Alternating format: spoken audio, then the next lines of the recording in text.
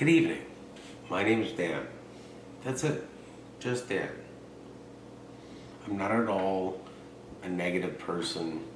I'd like to say that I'm a positive person, but doesn't everyone say that they're a positive person?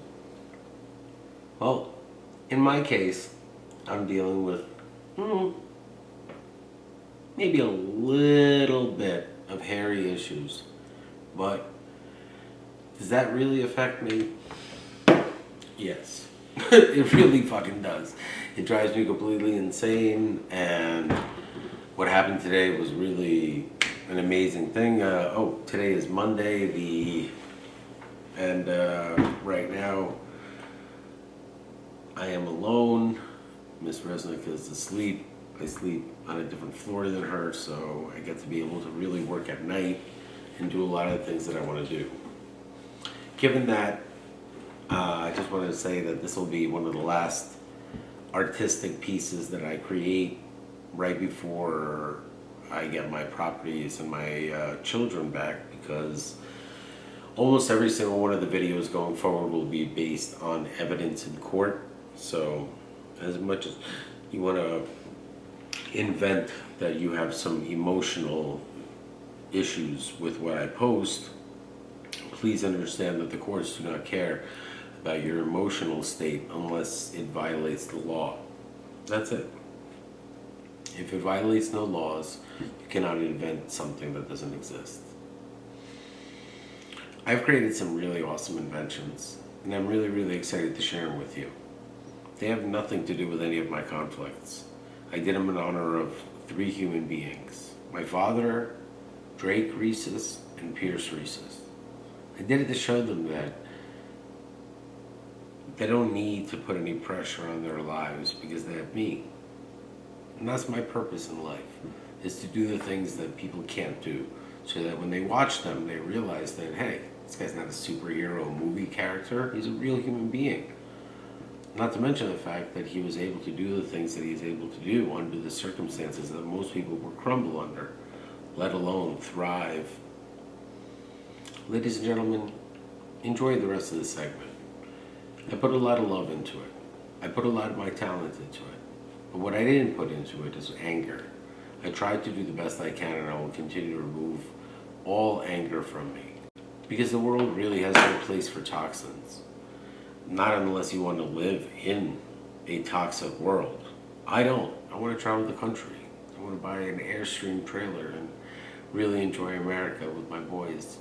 I want to be able to watch sunsets in places where people don't go to watch sunsets, because people who watch sunsets are cool, but people who talk about themselves watching sunsets are really fucking lame. And people who make other people watch sunsets with them, like, defeats the entire purpose of a sunset.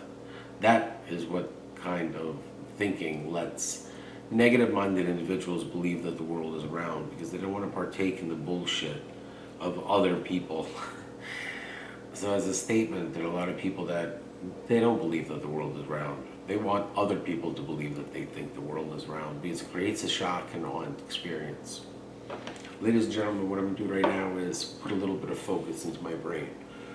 I'm going to go ahead and adjust the board. I'm going to show first the legal matrix. I will go into the legal matrix, and then we'll spend a little bit of time off camera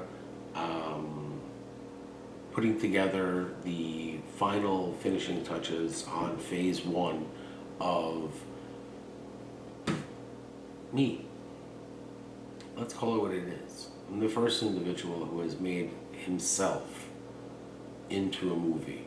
I am a human being who is larger than life, yet I'm not a celebrity. I don't have a lot of money. I have a lot of real estate. I have even more money in direct claims. And once the issues of a few misunderstandings that myself and members of the state of New Jersey, misunderstandings that I was able to very clearly clear up today. Once that's resolved, we're able to get everything on the right track, and you're able to have some good barbecue and really enjoy the show. Please understand the things that I've invented are far greater than anything I'm able to orate or describe. I'm going to do the best I can, but please, all you got to do is give me a chance See those numbers on the bottom? They're not real. You know what's real? I'm real. You're real. Not when I'm on YouTube in your brain, but in the real world. It might be a little complicated for most people because they've been fooled into believing that what they watch on YouTube is reality. It is not. I am the only person in the entire world that is allowed to burst the bubble of truth when it comes to aliens, conspiracies, Jeffrey Epstein, anything you can imagine, as long as it concerns the office of the president and the mental health and well-being of the people of the United States. So if you really want to see some interesting stories, you want to see the truth, you want to see me crash and burn, or you want to see me reach for the sky and actually grab it, because my wings are not made out of wax, they're made out of adamantium. Do a little research. My name is Daniel M. Reeses. I'm the son of Arcadia Reeses. I'm the very proud father of Drake and Pierce Reeses. And what I've shown the entire world, especially the town of Livingston, New Jersey, is that resilience is nothing more than a word. And you can easily overcome it if you put your mind into a mental state where you are prepared and ready to accept the pain that your enemies will be using as a weapon, rather than strategy, merit, honor, and logic. All right, we are back. It is Monday night, 11:05 p.m. I really enjoy working alone. The amount of production that I'm able to do is far greater than anything that I've imagined. I never realized just as much how much I enjoy working with Jamie. And believe it or not, just a little word of advice for all you young entrepreneurs: if you really want to produce some incredible content and you're not interested in wasting time, and not wasting time but having a good time, hire people that you're not friends with. Because one of the things that Jamie's able to do is she's one of the most talented administrators I've ever met in my entire life. Her ability to manage things on the terms that she is given, budget, time, constraints, legal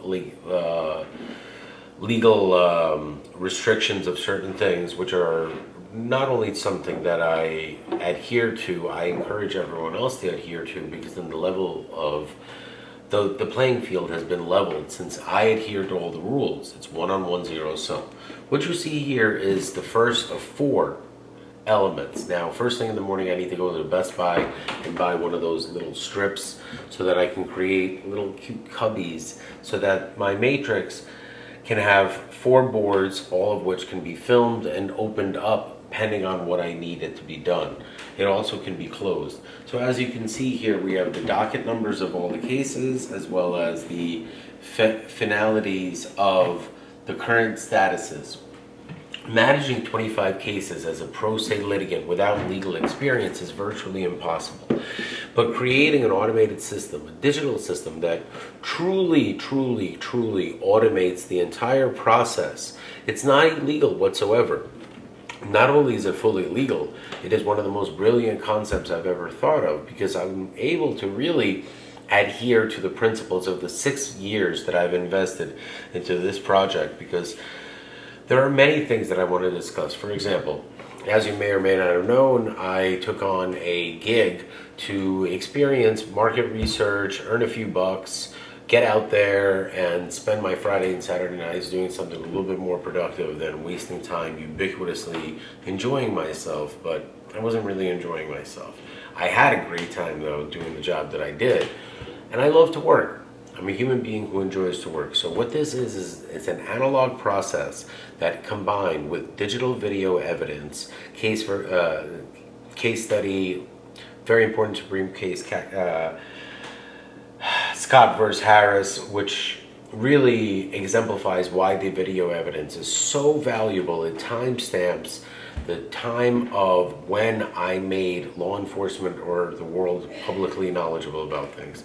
There are elements that are included in service as well as IP protection, which pretty much states that once something is publicly disclosed, it cannot be disseminated or copied if it contains the originality of being an invention, something that someone created. Whether or not they trademarked or patented is not as important, whether or not they actually invented it. I assure you, only really scrupulous, horrible attorneys take away the brilliance of a human being's invention and give it to another human being. Oh, I don't know, Tesla versus Edison. Do a little research. Now, what this is a full breakdown of every single legal process that I have going on right now. This is not me talking about the cases. This is me motivating human beings that find themselves in a situation where they, oh my God, my lawyer fees are killing me. My, former business partner, my ex-wife, my whatever. These things should not be in the way of the entrepreneurial process. And what this is the first of 4 steps. It should take me tomorrow morning to finish absolutely everything. But essentially, as you can see, as dumb as I may sound, or as ridiculous as I may look with this mustache, you know what? I'm gonna put some tefillin to good use. I'm a lot smarter than you think.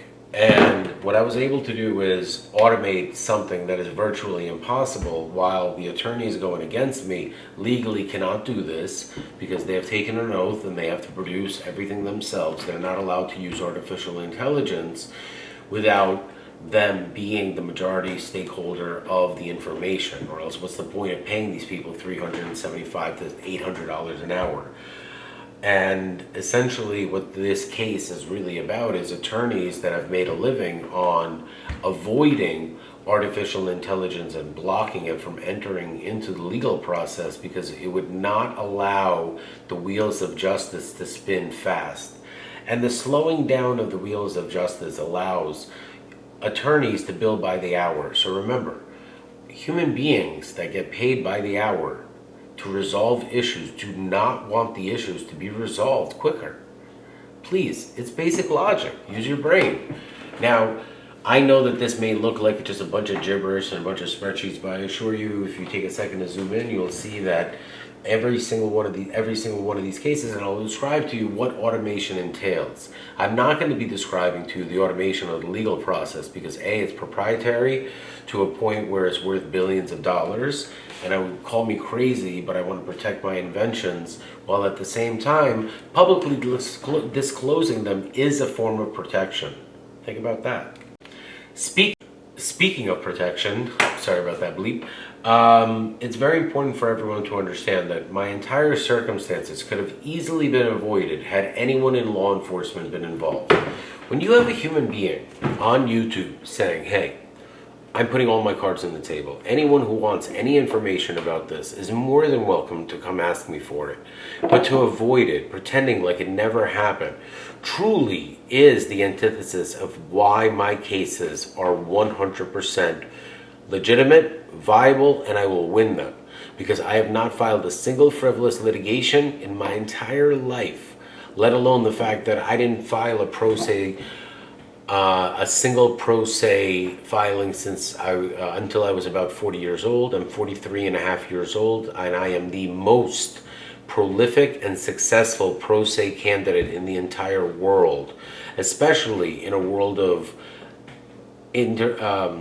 artificial intelligence that's at a bare minimum $10 a month, where you have mentally unstable individuals that are clogging the legal system with frivolous motions and fake frivolous lawsuits because they don't need the resources that they used to. So I as a legitimate commercial real estate developer, that due to the fact that I had Senator Bob Menendez personally intervene and directly destroy my chances at a legal process of adjudication, foreclosure, and all that crazy stuff that you all think that I'm crazy about. Because of all of those individuals, an individual like myself who's a complete revolutionary of the process and provides both the courts as well as attorneys a methodology for going forward without being confused. A lot of the anger and animosity that has caused between judges and private attorneys versus pro se litigants stems from artificial intelligence and the fear of the unknown. Hey, watch this video, then you'll know the future a little bit clearer. And then I'll film the wrap-up segment after I get the full review of all of the work that I've done. I carefully review the work personally, and it takes a long time. I just wanted to apologize for everyone who enjoys the content and expects me to deliver at a faster rate. The quantity of issues that I'm dealing with is unsurmountable to anything that I can ever parallel or make a metaphor for. That's first and foremost. Second of all, the human beings that are directly responsible for the negative crimes committed, well, I don't know what crimes are positive, but the negative actions / crimes committed against me are the very same people that are demanding that I produce an income, all the while they're blocking and stealing. I assure you, I'm not making this up. I just need a chance to wrap up this video, do the final clip, get the shit out the door, and I promise you, within 2 weeks, a lot is gonna change. And I hope that you don't miss a beat, because if you're not watching every second of this, then you're not actually understanding what's going on. And if you're watching 1 second of this, and you're not supposed to be, then you're breaking the law. Breaking the law, breaking the law. Hey guys, come on, give me a break. It's almost 11:30. I am fully sober, sound mind and body. Normally I wouldn't even mention anything like this, but due to the endless accusations, I want to show everyone that my mental state is coherent at a very wide range of time. I don't know why I'm doing this. 11:15 p.m. Here, my boys. I love my boys more than anything. What I'm doing is showing strength of character, validity, and the respect for the legal system. If that's a crime, you should have your head checked. Good morning. Today is Friday the 13th of September. Wait, March. I always have a hard time with months. A lot of that has to do with the fact that they change so quickly. And when I say that in my own perspective. I feel like time goes by so much faster than I think it will.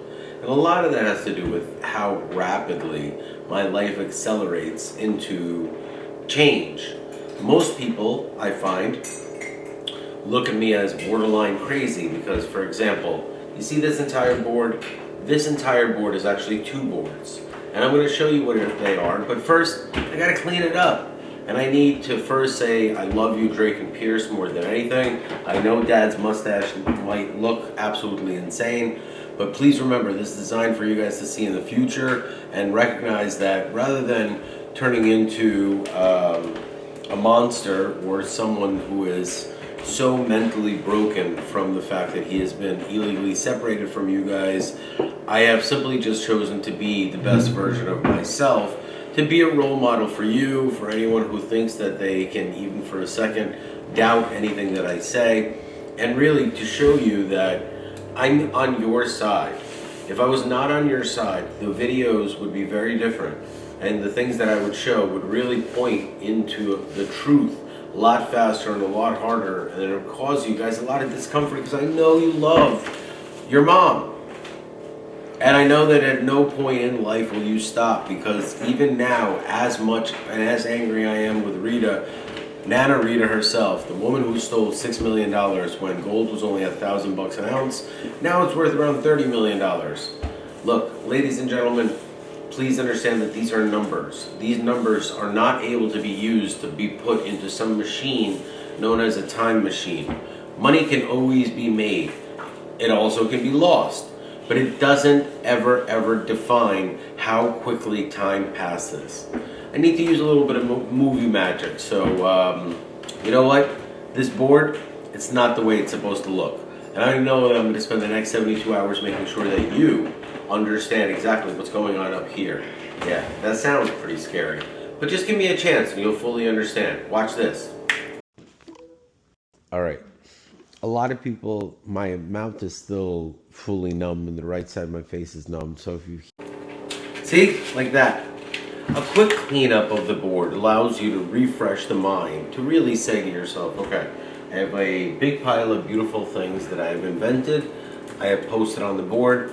By virtue, I've used digital poor man's trademark version, but at the same time, they are in public domain. So if you do find yourself at the mercy of being the unlucky recipient of recognizing that a corporation is benefiting by the utilization of a standardized product of using wood inside of a box that is 24 by 12 inches, or essentially something known as a box of wood, which I have now digitally trademarked as well as invented.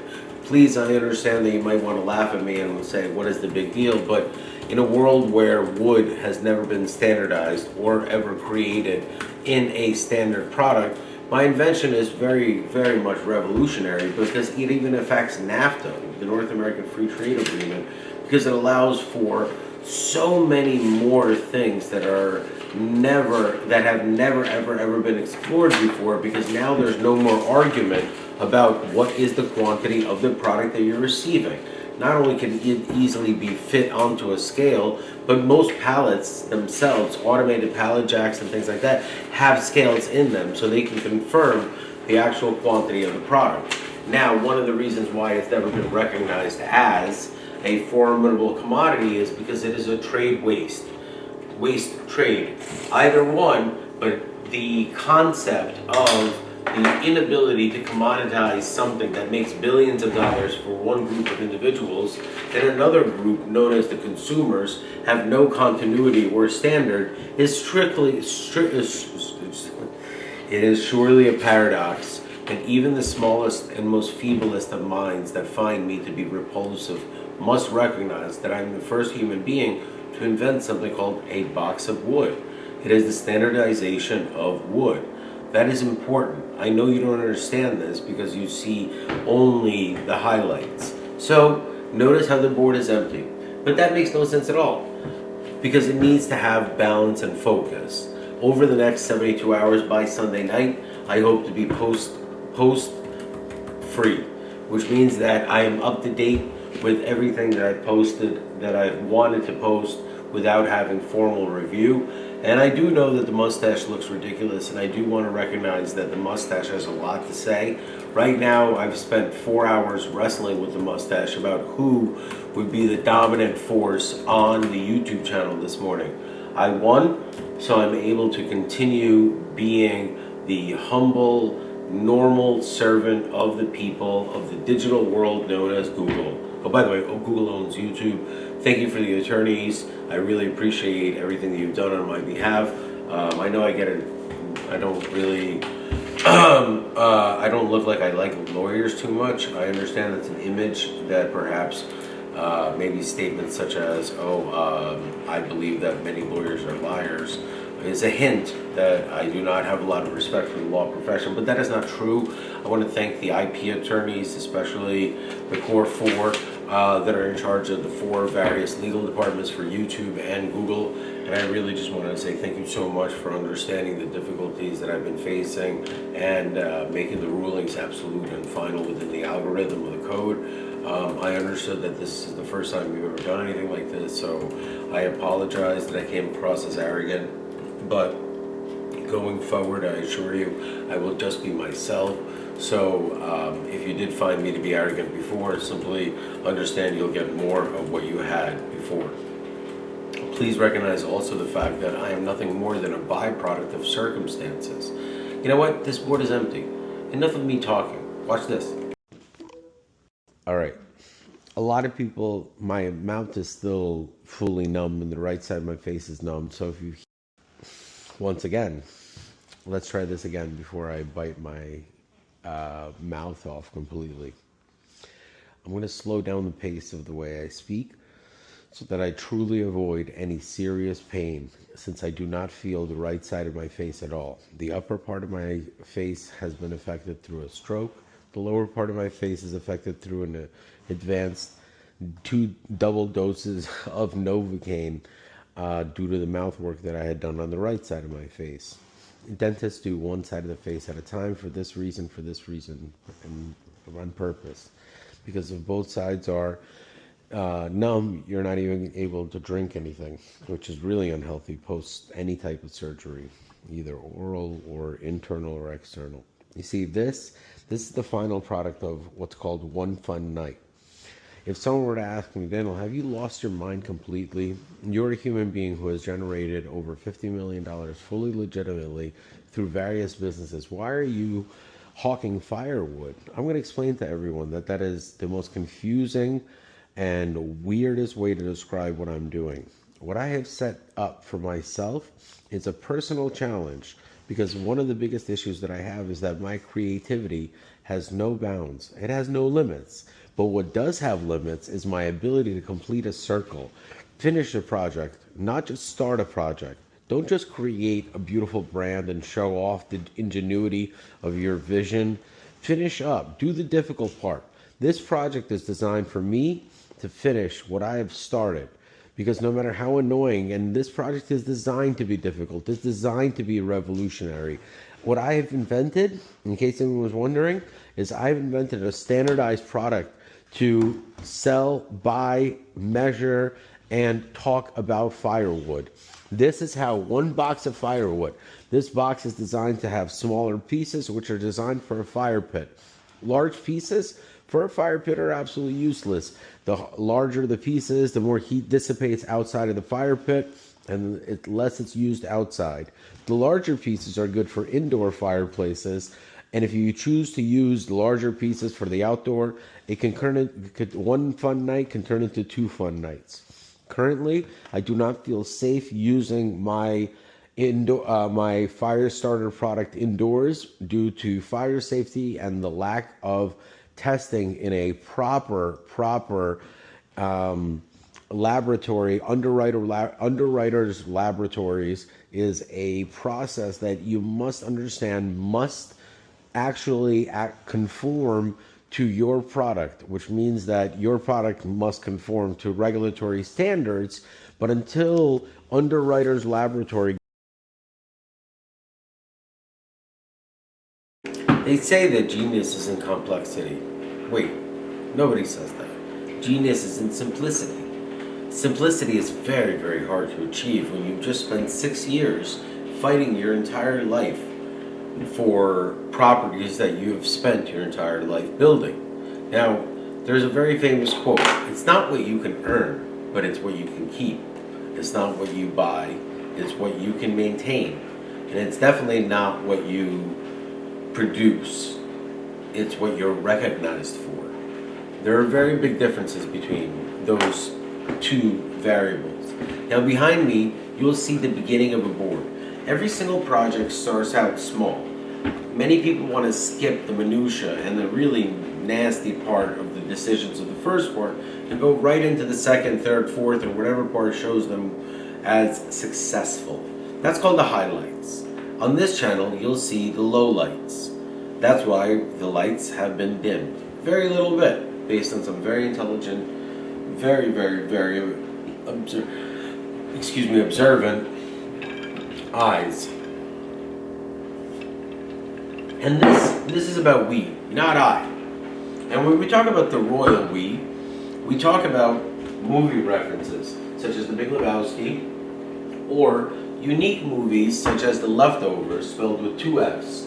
A unique movie that I've created in order to show the systemic bias in the court system, as well as how far a human being can go when they have the money in order to break the law and bend the law as it pertains to the contracts that were signed.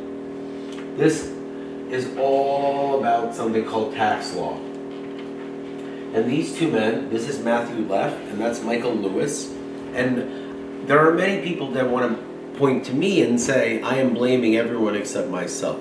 Please, ladies and gentlemen, by putting these people on the board, I'm taking responsibility that I entered into business with these people under certain pretenses that were lied to me. I never would have done business with these people, nor would I go within 10 feet of them had I known what they actually engage in. This is not a lie. This is just simply me expressing to you that I did not have all the information and I did everything I did in good faith. I have been the victim of my own circumstances where I'm open and honest and people use that against me. I assure you in time you'll see the value of this channel and you'll see the brilliance of being able to document everything in real time in the past, because there are people that will even use the fact that enough time has passed between when law enforcement got involved and how much time passed. The statute of limitation has not passed.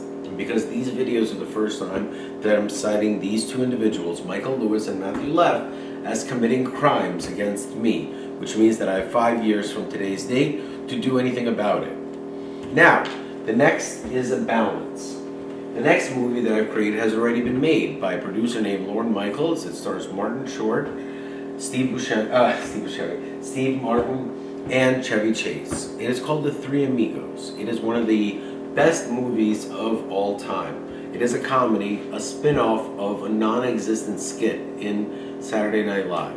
Whether or not this skit existed, it's not a memorable one, such as the Hibernal skit, which is what I feel like, because I have finally got some rest. Because until I was able to come to Friday the 13th with full mind, sound, and body, I hope this fresh shave makes my mustache look more authoritative. I still haven't given a name to the mustache, but soon I will. I feel like Ernesto is going to be the name of the mustache. It's because it's really where I sleep in our nest. Here we go. The Three Amigos. Biase, that's Don Biase, both junior and senior, include both of them, as well as Brian Bombs, so down here. Then there's Richard Trank, and below him are all the attorneys like Anthony Solano, Sedano, Tucson, whatever else, what other Santa Fe. I have no idea. Sometimes I even forget the amount of lawyers that committed crimes against me. And a lot of that has to do with not me allowing them, but men like Warren Martin, who chose to break the law in front of federal court, and then had the audacity to not only submit $400,000 of billable hours, which were never justified, but also be approved for $250,000. All of that will be described, but not yet.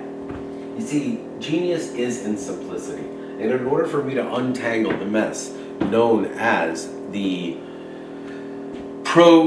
Casper Matrix, it really is the Casper Matrix, because it's not a legal matrix, it's a Casper Matrix, and the other one is a microbank matrix. My entire life is split up into two, which is why you see a balance behind me. You see, one is a movie that I made in real life, and I didn't make it. It's a fucking horror movie. I didn't make it for entertainment purposes. I made it for the purposes of being able to describe and to validate the words that I'm saying with the facts that I have. But if I were to just simply tell the story as is, not only would you not believe the story, which would be counterproductive for why I'm up here, but you also would doubt the facts of the validity of the narrative. But if the narrative is structured around many, many different movies that you've seen, that means that the truth has been proven to be displayed in this fashion effectively. The facts don't change in any way. It is simply nothing more than the entertainment that I choose to apply to a very serious and extremely traumatic nature of the choices. Wait a second, watch this. Until Underwriters Laboratory goes through the series of ubiquitous tests that are required to make sure that the product that you are either giving away or selling, it doesn't matter. Please remember that safety is always the number one concern. So until I have an Underwriters Laboratory stamp of approval, I will say that this is purely a voluntary hobby basis, and this is 100% not yet at all a formal business. This wood can only be advised to be used outdoors. If you choose to use it indoors, please understand that you are doing the same exact thing as getting firewood anywhere else. But the igniters are not allowed to be used indoors until there's an Underwriters Laboratory label. You must use a Duraflame or a safe method that has been approved by Underwriters Laboratory. Keep it safe, ladies and gentlemen. This project is designed for me to make sure that I follow through with all of my projects, because I've purposely started it with a very confusing and very strange looking item, but it's not. It is the standardization. This will help billions of human beings because we have a metric system, we have a lot of things, but fruit and vegetables, they're universal.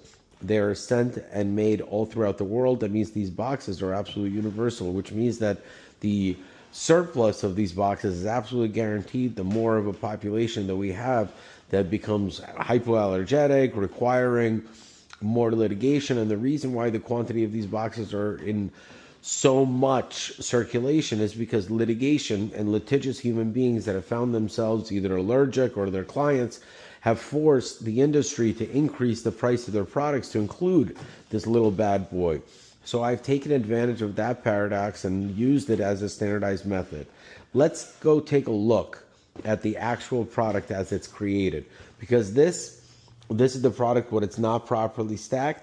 This is the product when it's properly stacked, and this is the product when it's properly stacked in a large version.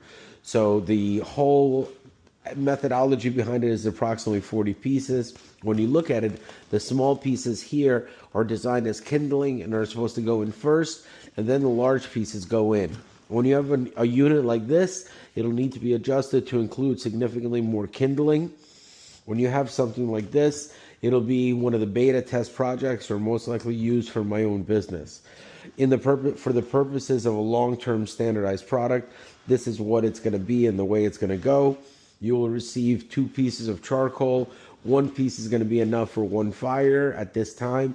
I'll be able to increase it, but supply chain and making sure that this Prime 6 product is sold at ShopRite, at a premium product that is at a point where I can afford this entire process to be equitable. All right, that cut segment is something that is required because the human brain can't watch more than 22 minutes of unedited content without being mentally affected. I very carefully study the data, and my 22-minute segments are the most that you can post on YouTube in one single clip. There's a reason for that. There's science behind it. And the next person is Salakian. His name is Jim Salakian. He is an unlicensed lender. He is a human being that has cost me over $25 million. All 3 of these men. The reality is I didn't want to put Beyonce in here. I made a mistake. The person that will be really affected is not going to be Trey, Beyonce, and Salakian.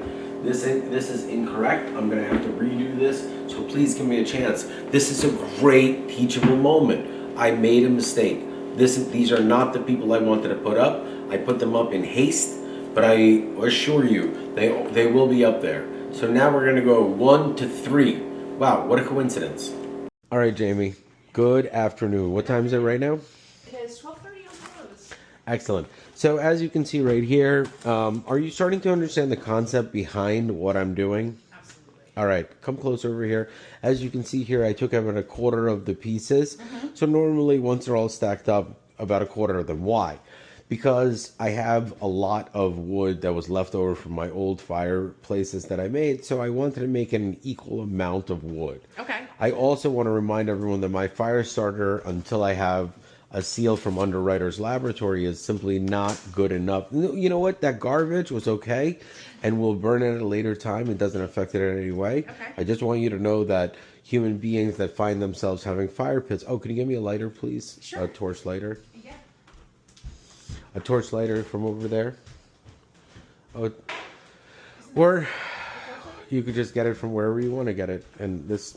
All right, so I was able to take out a bunch of the pieces from here, and as I was saying earlier, I have a bunch of old logs here, but until I am able to get Underwriter's Laboratory to confirm the fire starter product that's for outdoor use only, this is made by a company called Duraflame, and obviously everyone knows it. It's been a standard since I was a little kid. So what I'm going to do first is... You know, the goal is to see if the igniter and the system that I have created is really good enough. So first, I take 1 piece of firewood, and as you can see, not firewood, firewood starter, and I put right away the 2 pieces of charcoal, because once the starter goes away, the charcoal allows for the heat to continue.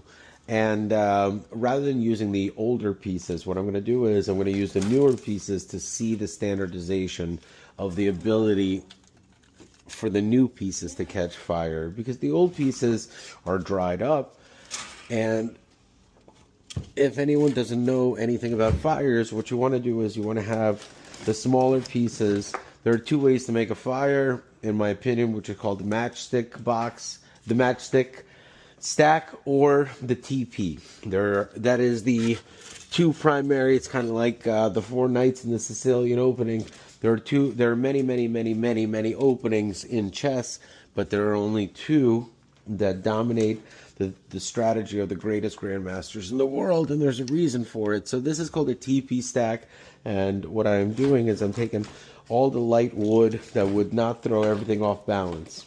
Then what I do is I take this little piece right here, and this is all one box, so you don't have the luxury of all the other stuff. Then I'm gonna light.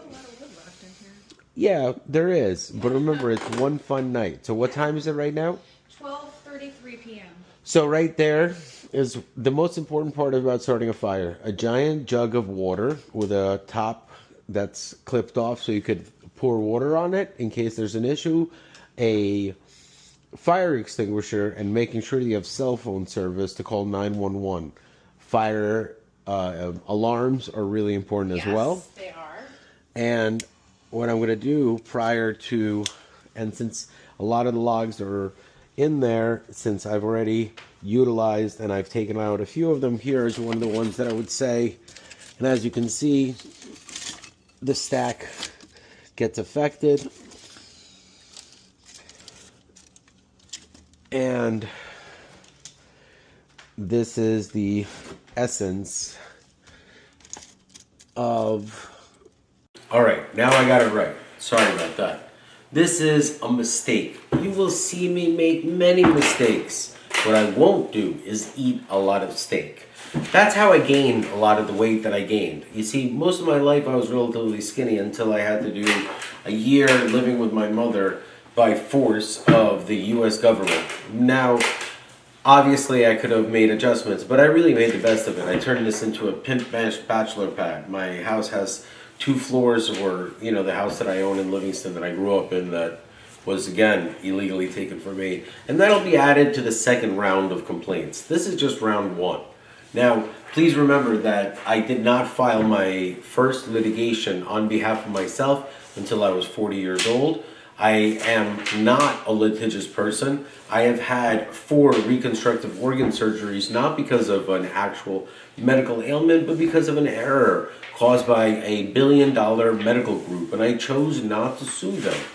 All in an effort to display that one day I'll be able to go and stand in front of the world and say, I am neither a litigious person, nor do I present a single thing that I do not have at least 5 times the amount of evidence that I have presented already. So if what I have presented already is not enough to end the entire case on a motion for summary judgment, then do not worry. At trial, you will receive 5 times the amount of evidence and discovery in each and every case that I file from this point forward, including everything in 2025 and 2026. Because I've had the utilization of a system that I borrowed a lot of money in order to actually build it. And that money was spent and geared and earmarked to be repaid via a very well-structured, organized, and tax-intelligent way. But it was ruined by the people in my life that I no longer should stay silent, because who am I really protecting? I'm not. I'm actually hurting my children. Because please remember, by not getting my real estate into the position that it should be in, which is my portfolio, I'm only hurting my children, who I have designed to be the recipients of all of this.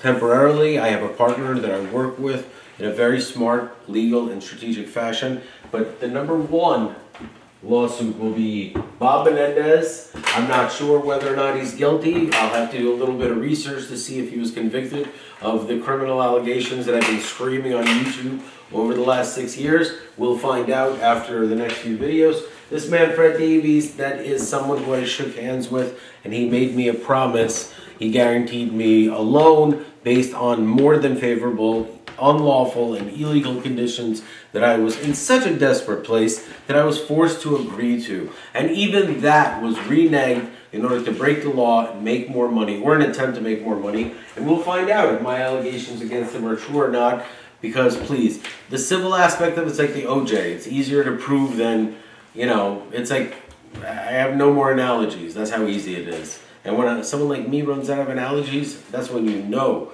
it is what it is. Blood. Now, here is Jim Salakian. He rounds up all of the other bad actors that represent human beings who are not attorneys, not politicians, but are in the illegal lending space. And unlawful lending really is why this will be the matrix paradox and this, I'm sorry, the microbank matrix, and this will be the Casper matrix. Because essentially the world that I live in, which is the business world, does not revolve around anything except issues or money-making equations. They are in full balance. So in order to be the modern-day business owner, you must be a master of many, many different tools, especially as an entrepreneur. You must have at your disposal a law firm and litigation at all times, not so you could profit from that litigation. That is the complete opposite of what an entrepreneur does. What you need is the ability to stop anyone from blocking you and your concepts. That's why it is so important for you to understand that my life is split up in two. The one part that generates money and the other part that protects the money that's generated. Please understand that I'm starting at the beginning, so all you see is two pieces of paper that are handwritten and done nothing more than display the first initial elements of how a matrix is created.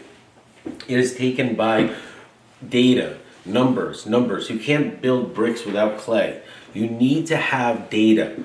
I've spent the last 6 years collecting enough data, evidence, and discovery in order for me to launch my businesses in totality. Ladies and gentlemen, this mustache has completely taken over all aspects of the way you see me. Please, I'm still the same Daniel that you love to hate. I gotta go though. Can't be here all day. Fully lit, and what I'm gonna do right now is see these papers. Oh, see. Oh yeah, cabrón.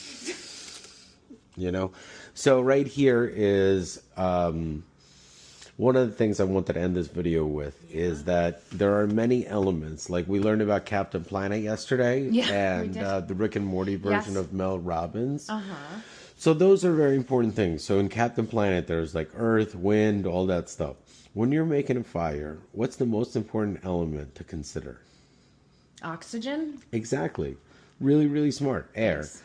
When you're making a fire, air is so much more important than fire. And a lot of people consider that the fire element is the most important part. It's the air. The air to get to the fire to get to the air, and the fire to get to the fuel source are far more important than the actual fire itself. Because when you're making a fire, you're always thinking about the future. The current state of the fire does not need to be thought about. It's already burnt. So every human that makes a fire or thinks about a fire is thinking about the future. Oh.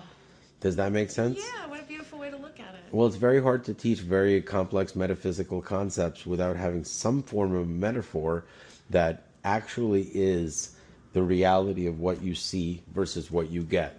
And what you get in my businesses is an exact product that is half the price of its value, all based on the paradoxes that I've found, solved, and reciprocated via a massive discount and a huge advantage of the quality of the product to my customers, my fans, the loved ones, the people that understand the brilliance.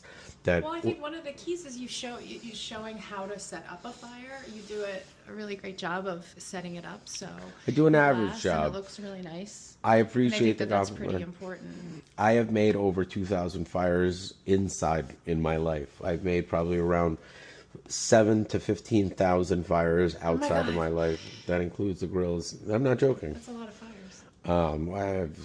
I've made 2 to 5 fires a day for a big chunk of my life that I've been able to. And this is on a teepee stack? Not because I'm a pyromaniac, but because I run businesses and grill a lot of food. What? This is teepee stack? Yeah, there's a teepee stack, and then there's What's the matchbox. the one that you do that looks? Oh, that's the one that looks like a this? Jenga. Yeah.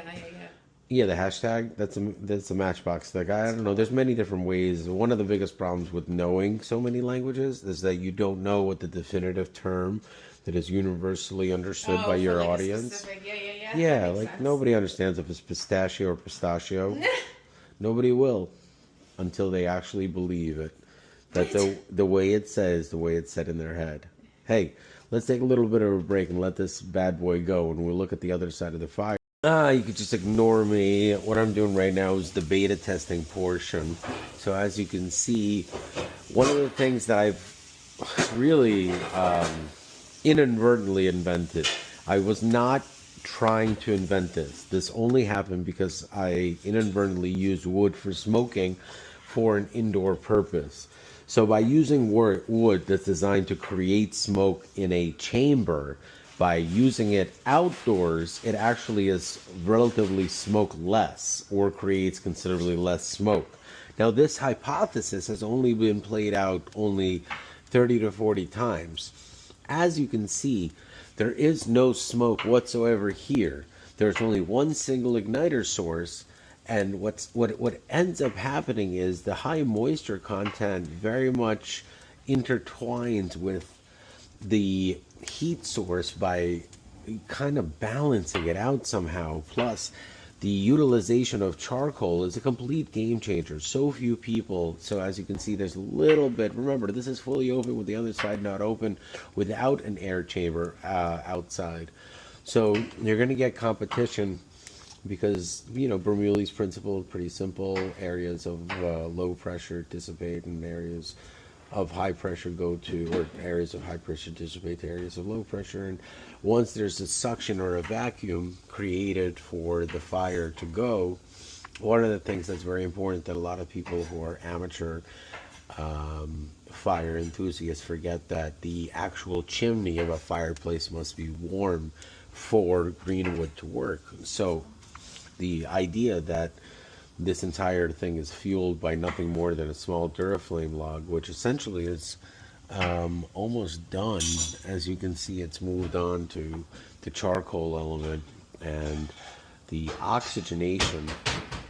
And I'll go in through various tutorials and how-to manuals, maybe a little foldable brochure that you get, a little old school 80s foldable brochure of how to start a really nice fire and how to make it look like you did it all by yourself. Because you did. The work is done by you, the person who's receiving it. And that's why it's really important, you know, in a world where staring at screens of human beings doing something, you yourself doing something is very important. There's a very big difference between watching someone build a fireplace and you doing it yourself.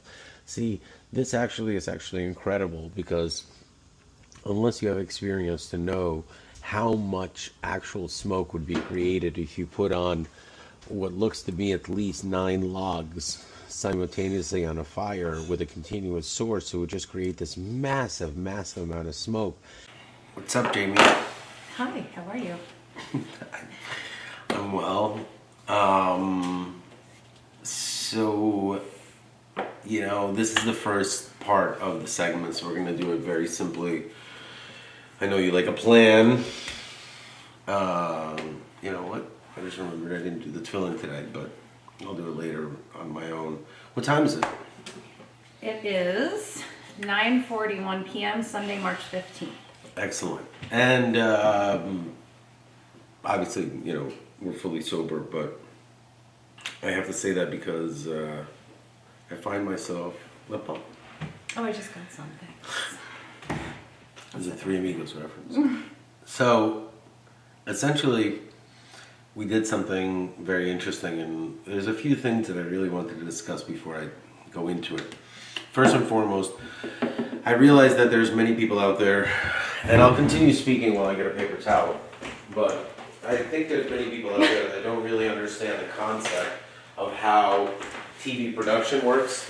So when you get into the legal foray or illegal foray, and like, I apologize for this mustache, trust me. I love this stash. It's a very, very, very, very different look for someone like myself who's worn a beard or has been clean cut, but you know, you'll see where I'm going with all of this.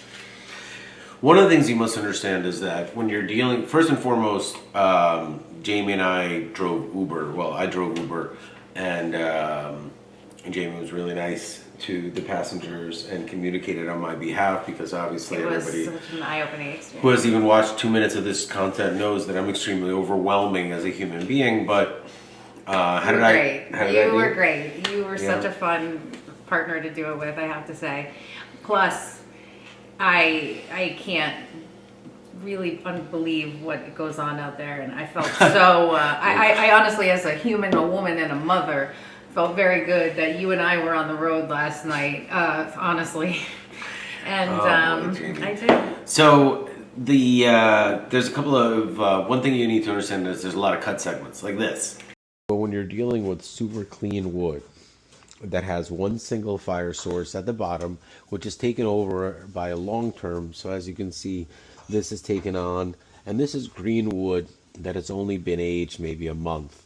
And 1 month of aging is far more important.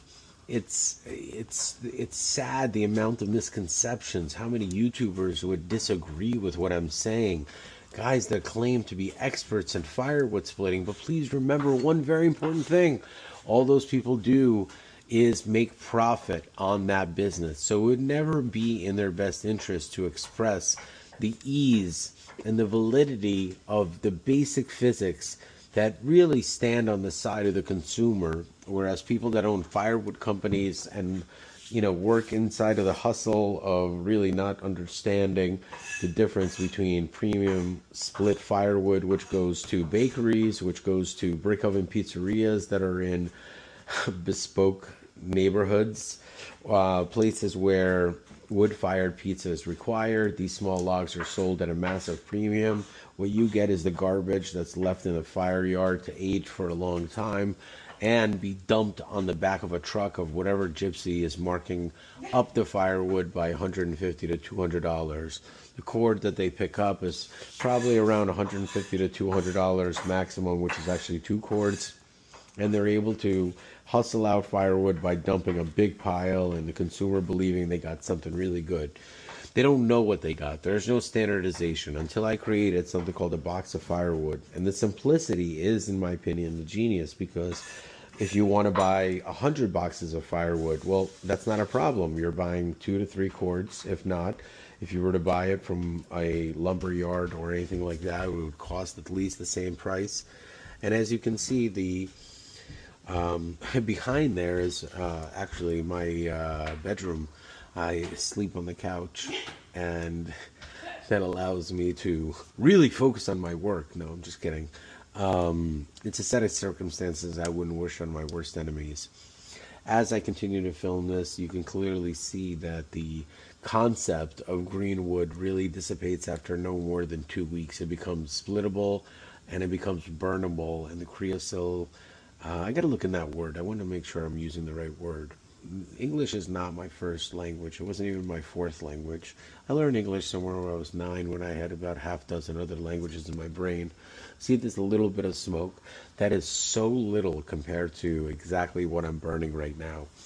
And you need to have experience in fire to understand. If you take a step back, it's barely.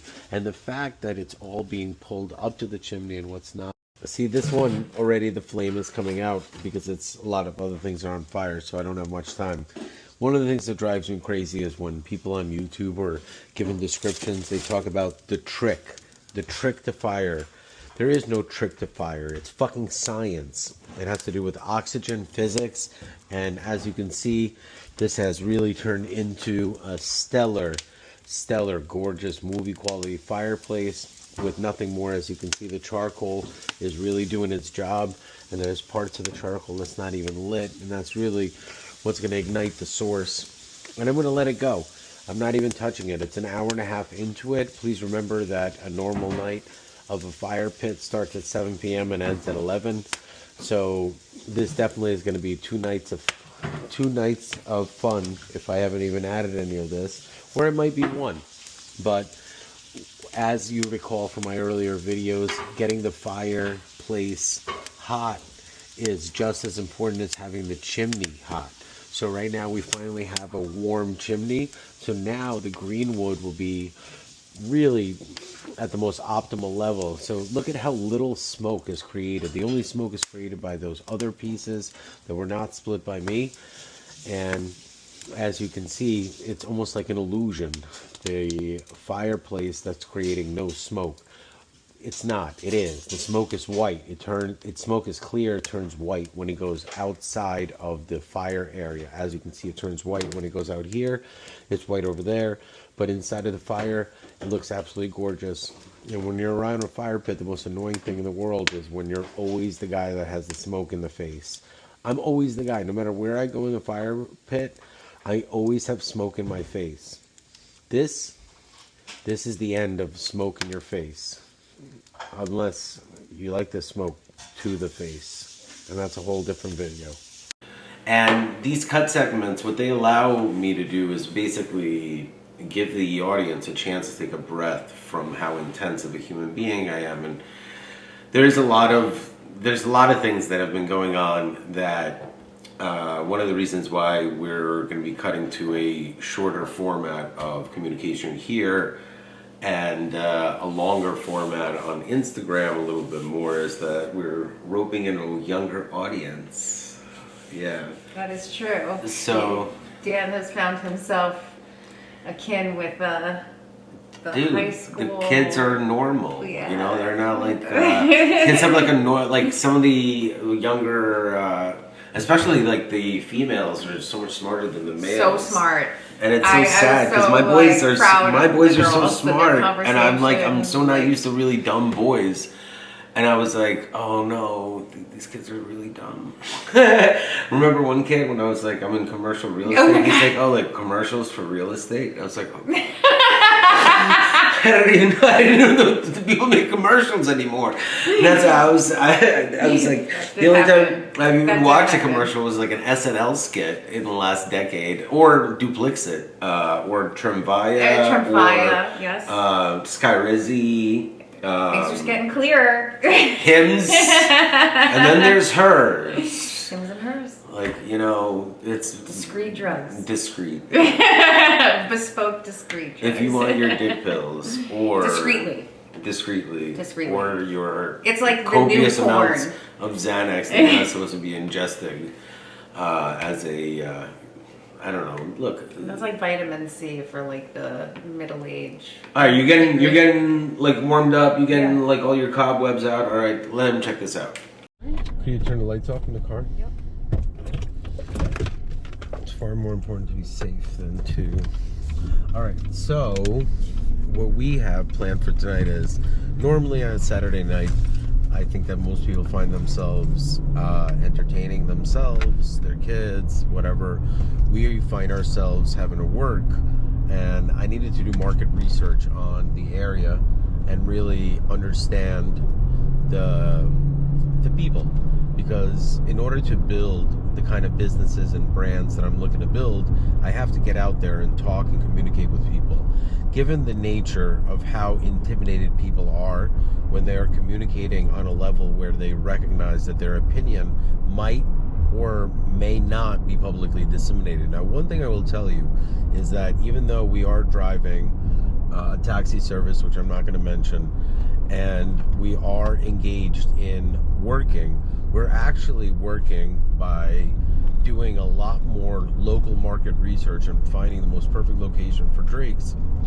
Since I only have 2 weeks starting Monday to get everything together, and right now we are I am not an expert at this. I've never done this, but I remember that when my family came to America, my father was out of a job, and he ended up pumping gas at the Exxon station in West Orange, and it was able to be something that got him off the couch, and he was heavily depressed, and the only thing that made him feel better was watching tennis the entire summer of 1989. And he watched tennis, and the only thing that got him off the couch was that he went to go to work. And one of the reasons for that is because my father suffers from debilitating depression on top of all the other yeah. And I say he suffers because although he passed away, one of the things that I'm going to be able to do is, in honor of the video, because to remember a human being is not just to continuously talk about him, but it really is to embody the soul of the individual and the best that they had to offer. And I am one of the coldest and meanest things that anyone ever said to me was when my wife told my son that, mom was raised by really good parents and dad was raised by really bad people. Yeah, it's really it was one of the most painful memories. Yeah, it was horrible. And we had to play it in court. It was one of the videos. And one thing that mommy didn't realize in court, and Yeah, and she's not allowed to watch this, so I feel very comfortable saying this, since I'm able to describe the pain that I experienced without bringing any of the elements of court into. Am I going the right way? I gotta go right? Right? All right, no problem. How much longer until we're at the destination? 9 minutes. 9 minutes? All right. And essentially, one of the things that I'm excited about is showing the audience exactly how much you generate. So we're starting out with a little more than 3/4 of a tank. We have an Uber XL. So I'm curious to see if driving a larger vehicle will generate a larger amount of profit. We should not be picking up individuals that are single riders, because essentially there should be a premium for this type of vehicle. You know, Betsy over here, Yeah, exactly. she's a premium ride, you know. She has really stood the test of time. And one of the things, like I said, I am extremely I love this professional in what I do, which means that one of the things that Jamie said to me was, do you think we'll pick up somebody that we know? And I immediately got really angry, and I couldn't understand why I got angry, is because the thought never even crossed my mind. Because as an Uber driver, or a Lyft driver, or a private car service driver, or the car service that I invented, which is called MoSpace, which is a mobile office, and I'll be able to launch these concepts in time, but they all revolve around automation. Automation requires a massive amount of initial startup work on me, Daniel M. Reeses, which is why I'm so reluctant. So for example, I'm going to be using Livingstown and Project Host, which is a reform beta project for the County of Essex, to implement what I believe is the future of modern day incarceration, which incorporates the U.S. Constitution. How are you going to introduce it? Well, automation is the one word, but essentially it's, what I'm first going to do is I'm going to express Livingstown and explain how the business element works. Like, so for example, one of the more things that I was excited about driving Uber is that I'm able to spend the time communicating with you as a representative of the audience. So Yeah, that's true. one of the things that was on my mind as I was cutting firewood was that I really wanted to talk about water. I Okay. wanted to talk about the simple things in life that people just overlook. Okay. And the simplicity of what I'm doing has nothing to do with Livingston, New Jersey. Livingston, New Jersey is a model of Anytown, USA, but it's a modern day Anytown, USA. And it is a town that has influence. Therefore, it is a town that is, how do I say this? Juicy? When you have a lot That's of a money good one. flowing through it, you're going to have a lot of nefarious individuals That's who true. will masquerade themselves as people trying to help the community. It is a very common factor.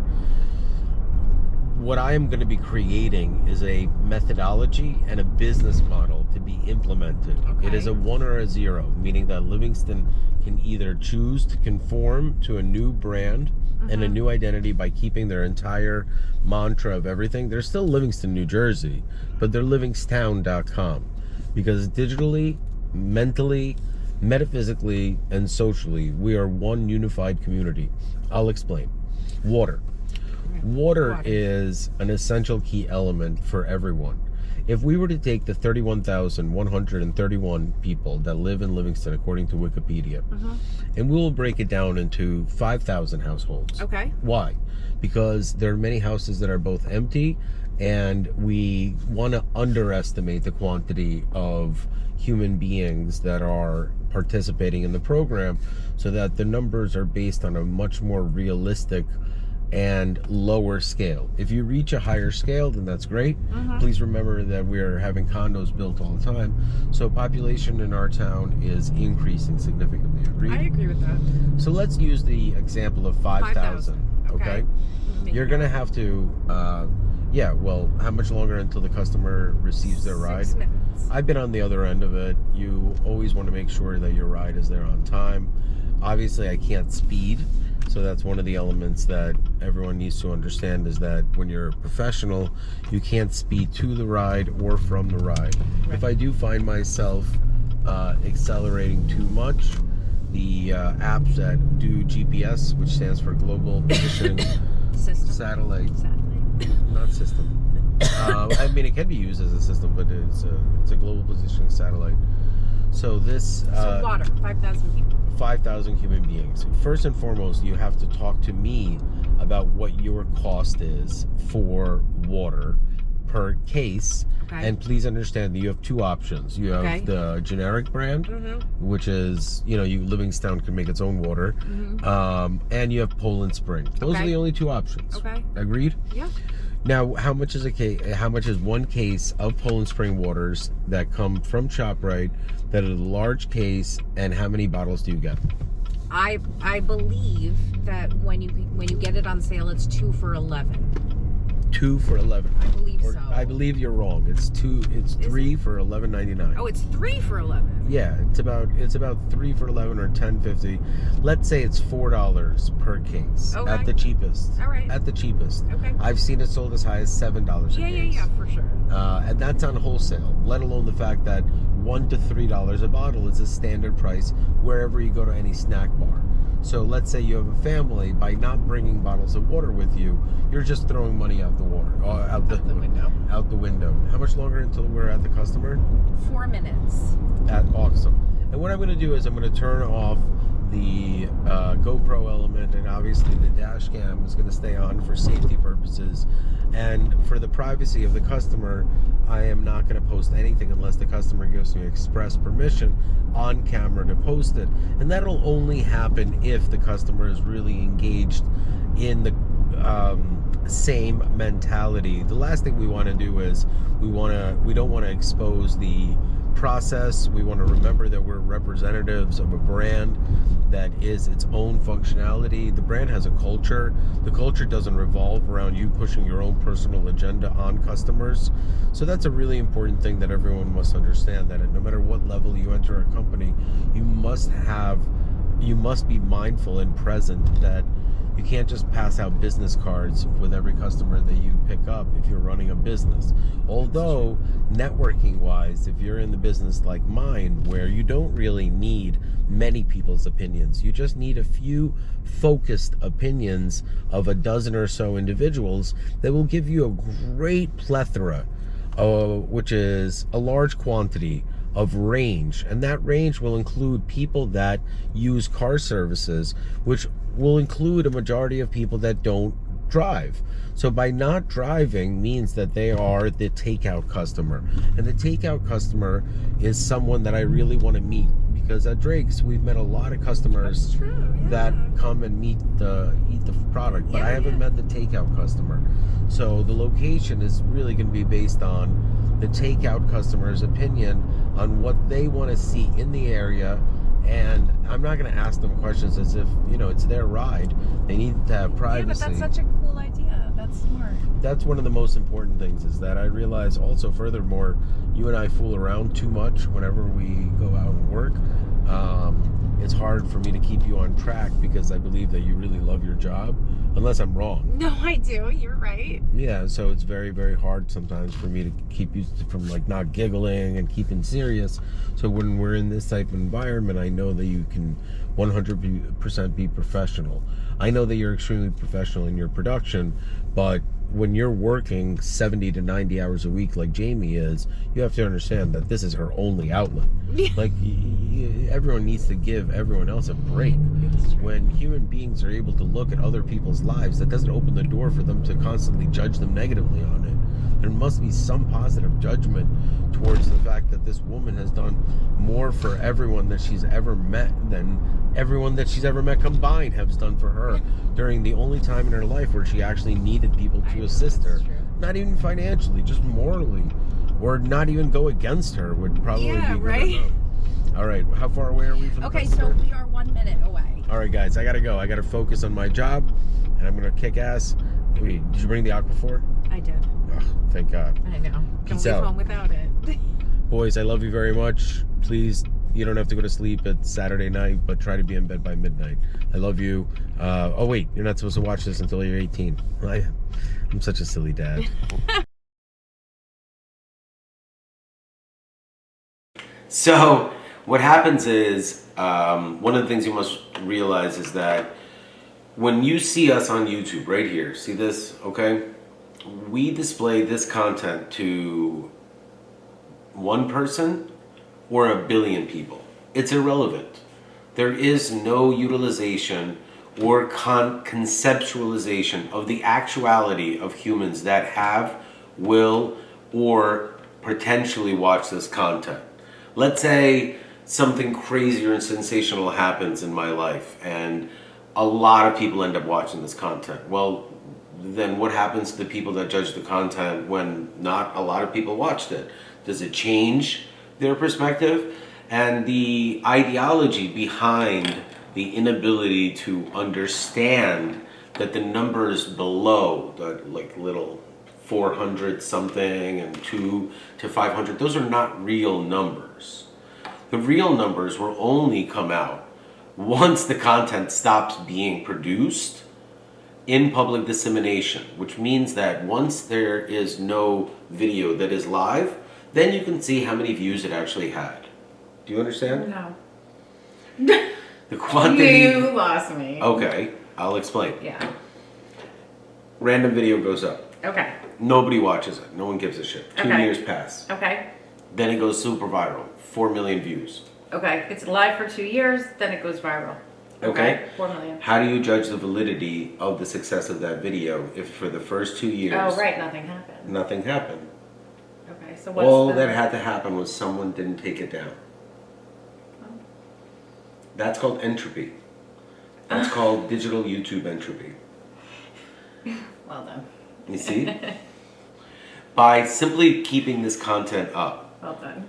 you're able to ensure that the human being, the one human being who is supposed to watch this video for some reason. Now, please, this is not my ex-wife. For anyone that's very confused about this, everything that I say inside of the Uber is 100% true, nor will I publish anyone's secrets that they say. I do not believe in ever disseminating the images of the human beings publicly. I also don't believe that this is some weird morphed underage version of Taxi Cab Confessions. No. So that's one thing that you must understand. And I'll be damned if someone steals my hustle. And I'll tell you why. Because Uber drivers are a class of human beings who really need the income and are a group of humans that are really understood just by an 8-hour shift. And I have a lot to say on that subject matter. But to do it on a Friday and Saturday night or like St. Patrick's Day for like fun, that's our shit, okay? We invented this shit. That's our shit, okay? It is. This is our shit. That's our shit, okay? Like if I see another fucking person trying to do some shit like this, unless it's like, all right, we're doing it to like drive kids around that are drunk and we want to make sure that there's enough drivers and it's better to do it through Uber, which is a much more formally documented environment. Like the reason why I would never do this outside of a formally documented environment is first and foremost, it's not legal. That's number one. You need to have a license in the majority of normal municipalities and states that regulate livery services. That's first and foremost. Second of all, the entire concept of innovating something that is already in existence and just needs a little bit of tweaking is comical. So whenever you hear or see humans trying to find new ways to create a new app that's like Uber, like I've heard Uber mentioned in conjunction with a comparison to a new app just as much as somebody ordering an Uber. It is one of the most underestimated apps because you're in a taxi cab and you're getting the service, but you're not understanding that without the app functionality and without the maps and without the digital communications and without the video and blah, blah, blah, blah, it's not a feasibly possible product. Take a break for a second. Check this out. So essentially what we're trying to say is that because you and I, or you and your mustache? the mustache will have its own monologue at a later time. It's Jamie and I sleep on different floors even, and our sleeping schedule is thrown off because we finished at like 5 in the morning by the time we got home. And Oh my God. I will post the content of me talking with Jamie in the car in between customers. There's nothing wrong with that. Yeah. It's also very important for people to be aware about. I really enjoyed it. I had a good time too. I really enjoyed it. I just don't want to. You know what the fun? I didn't enjoy this. Wait, could we just talk about the fact that I started talking about? I made some like awkward joke with those two girls that were in the back and about kidnapping. Oh yeah. And they automatically changed their ride. We had 15 rides. Okay? 14 of them were amazing. Nothing went wrong. One out of those 14 rides, I inadvertently made an awkward like kidnapping joke. Totally, And but it was totally innocent. I know it's hard to like in my like opinion, while being a victim of my kids being kidnapped, it's very hard for me to make a kidnapping joke, but like that person didn't know my story, and that's one of the best parts of driving an Uber is that I grew this mustache out, I have a backwards hat, I'm barely even recognizable. somebody and thought you were 20. nobody thought I was 20, Jamie. They were trying to be nice and they were really drunk. Like, Like those two oh my god, things I thought you were compared. like 20. She thought that you were 30. I'll take it. Thank you. Thank you, girl. I'll always remember. Yeah, that's the I other will. thing. That's the other thing. Like Jamie and I can't like go into. First off, we saw. Well, I'm not a drinker, so I'm just really happy I'm not in a relationship with someone that requires me to drink. But when I'm hanging out with Jamie, she stopped drinking, and I tried to explain to her why or amazing. whatever. And I really don't want to get into this because I don't want to ruin it for everyone else.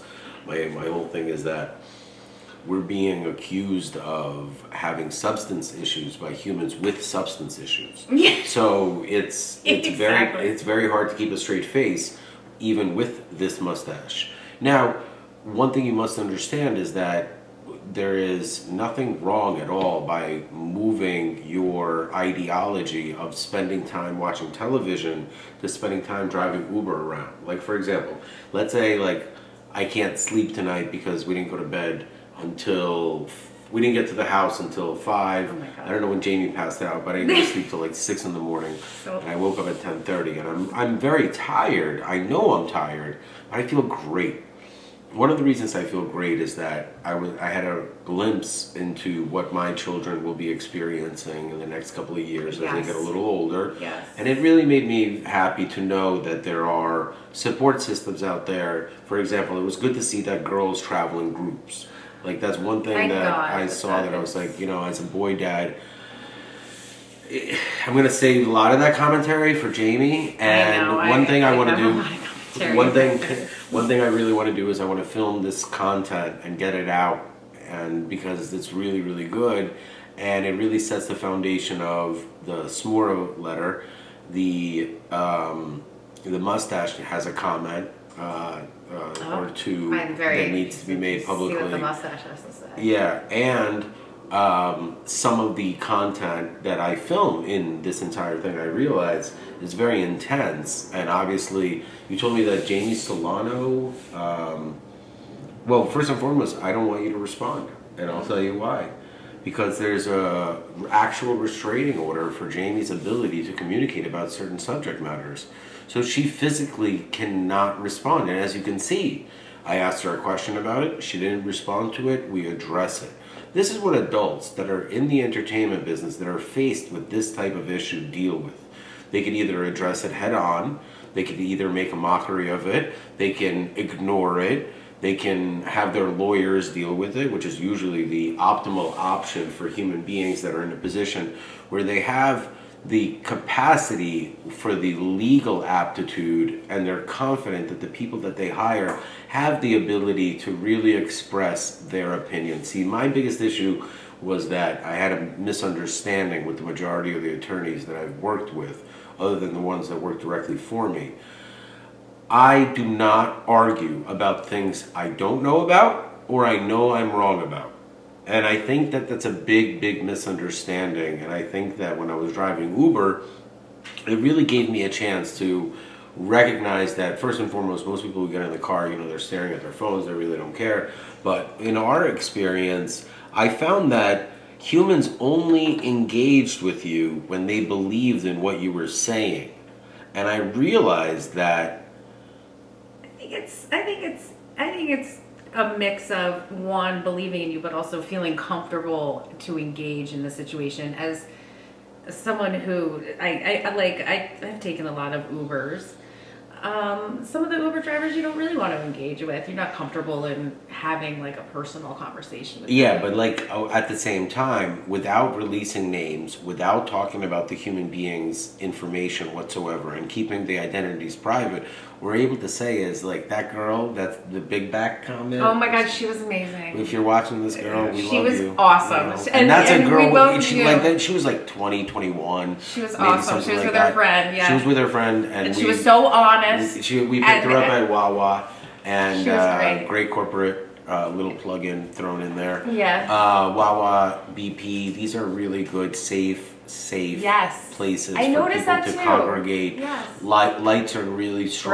Right. Cameras work really well, and there's usually a police officer either getting something or just working. Because at night in suburban areas like ours, and it was really interesting. I'm not even going to say the names of the towns. That's Yeah, how no. anonymous I want to keep the clients, because in order to maintain this type of relationship, I must adhere to a social contract. Listen, check this out. The social contract is that the privacy and anything that is said inside of the car or within the context of the basic, it's like the same thing as an attorney-client I privilege, would, but yeah, it I is agree for- with you. I think that the conversation has to be always private, but it was so fascinating. I was just really, really, really glad to be the person taking care, especially of these. Wait, like- hold that thought.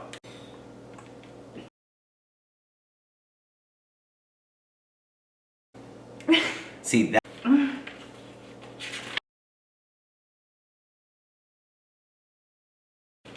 You know what? I don't even know which parts were on or off. The truth of the matter is, I can't see that part.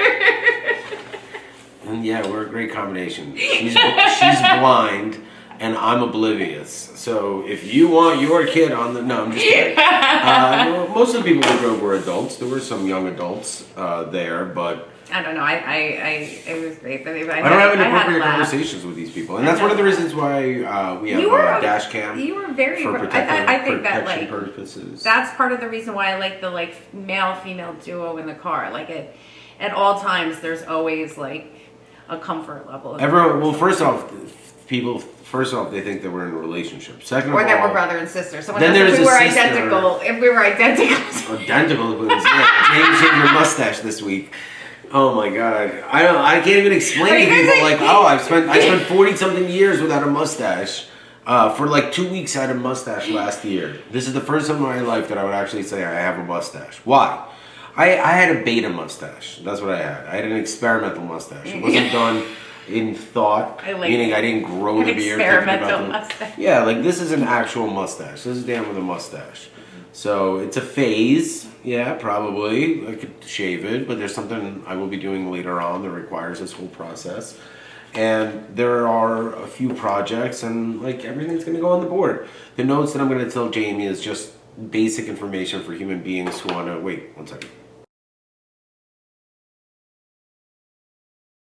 But if you do agree with what I say, you must understand that there's no reason for you to actually watch 5 hours of me speaking with Jamie or me speaking alone. You could easily listen to it while you're driving instead of music, and there's a lot of interesting stuff Put your earbuds we in. discuss. Pop around.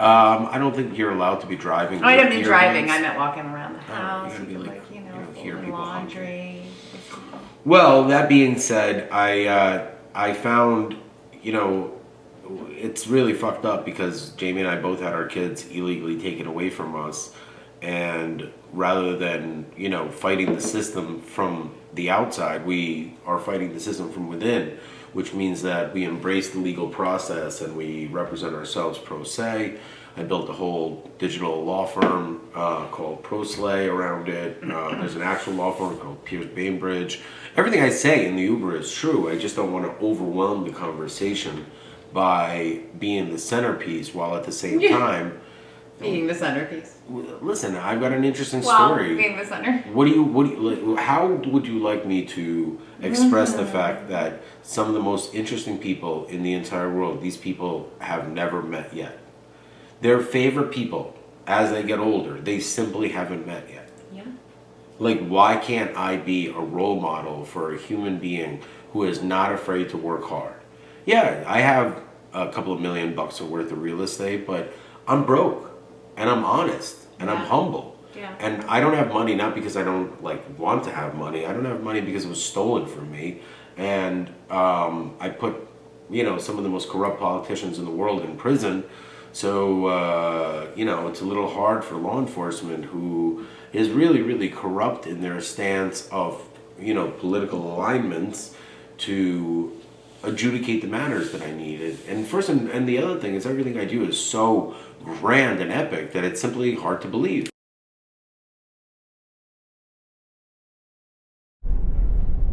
Hey, Jamie. Yeah.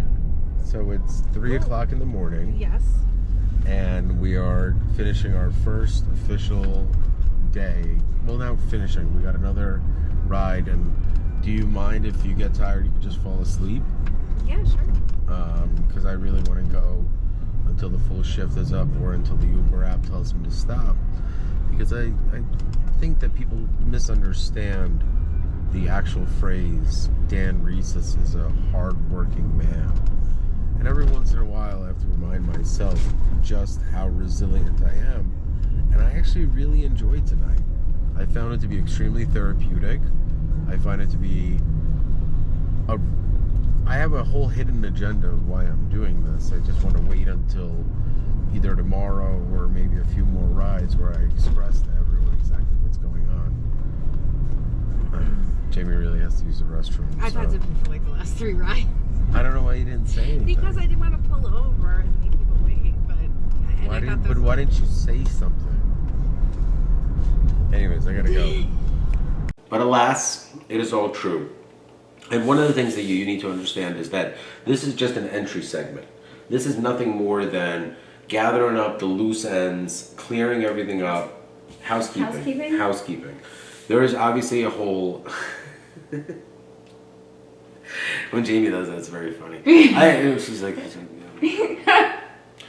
look, I want to express to everyone something, okay?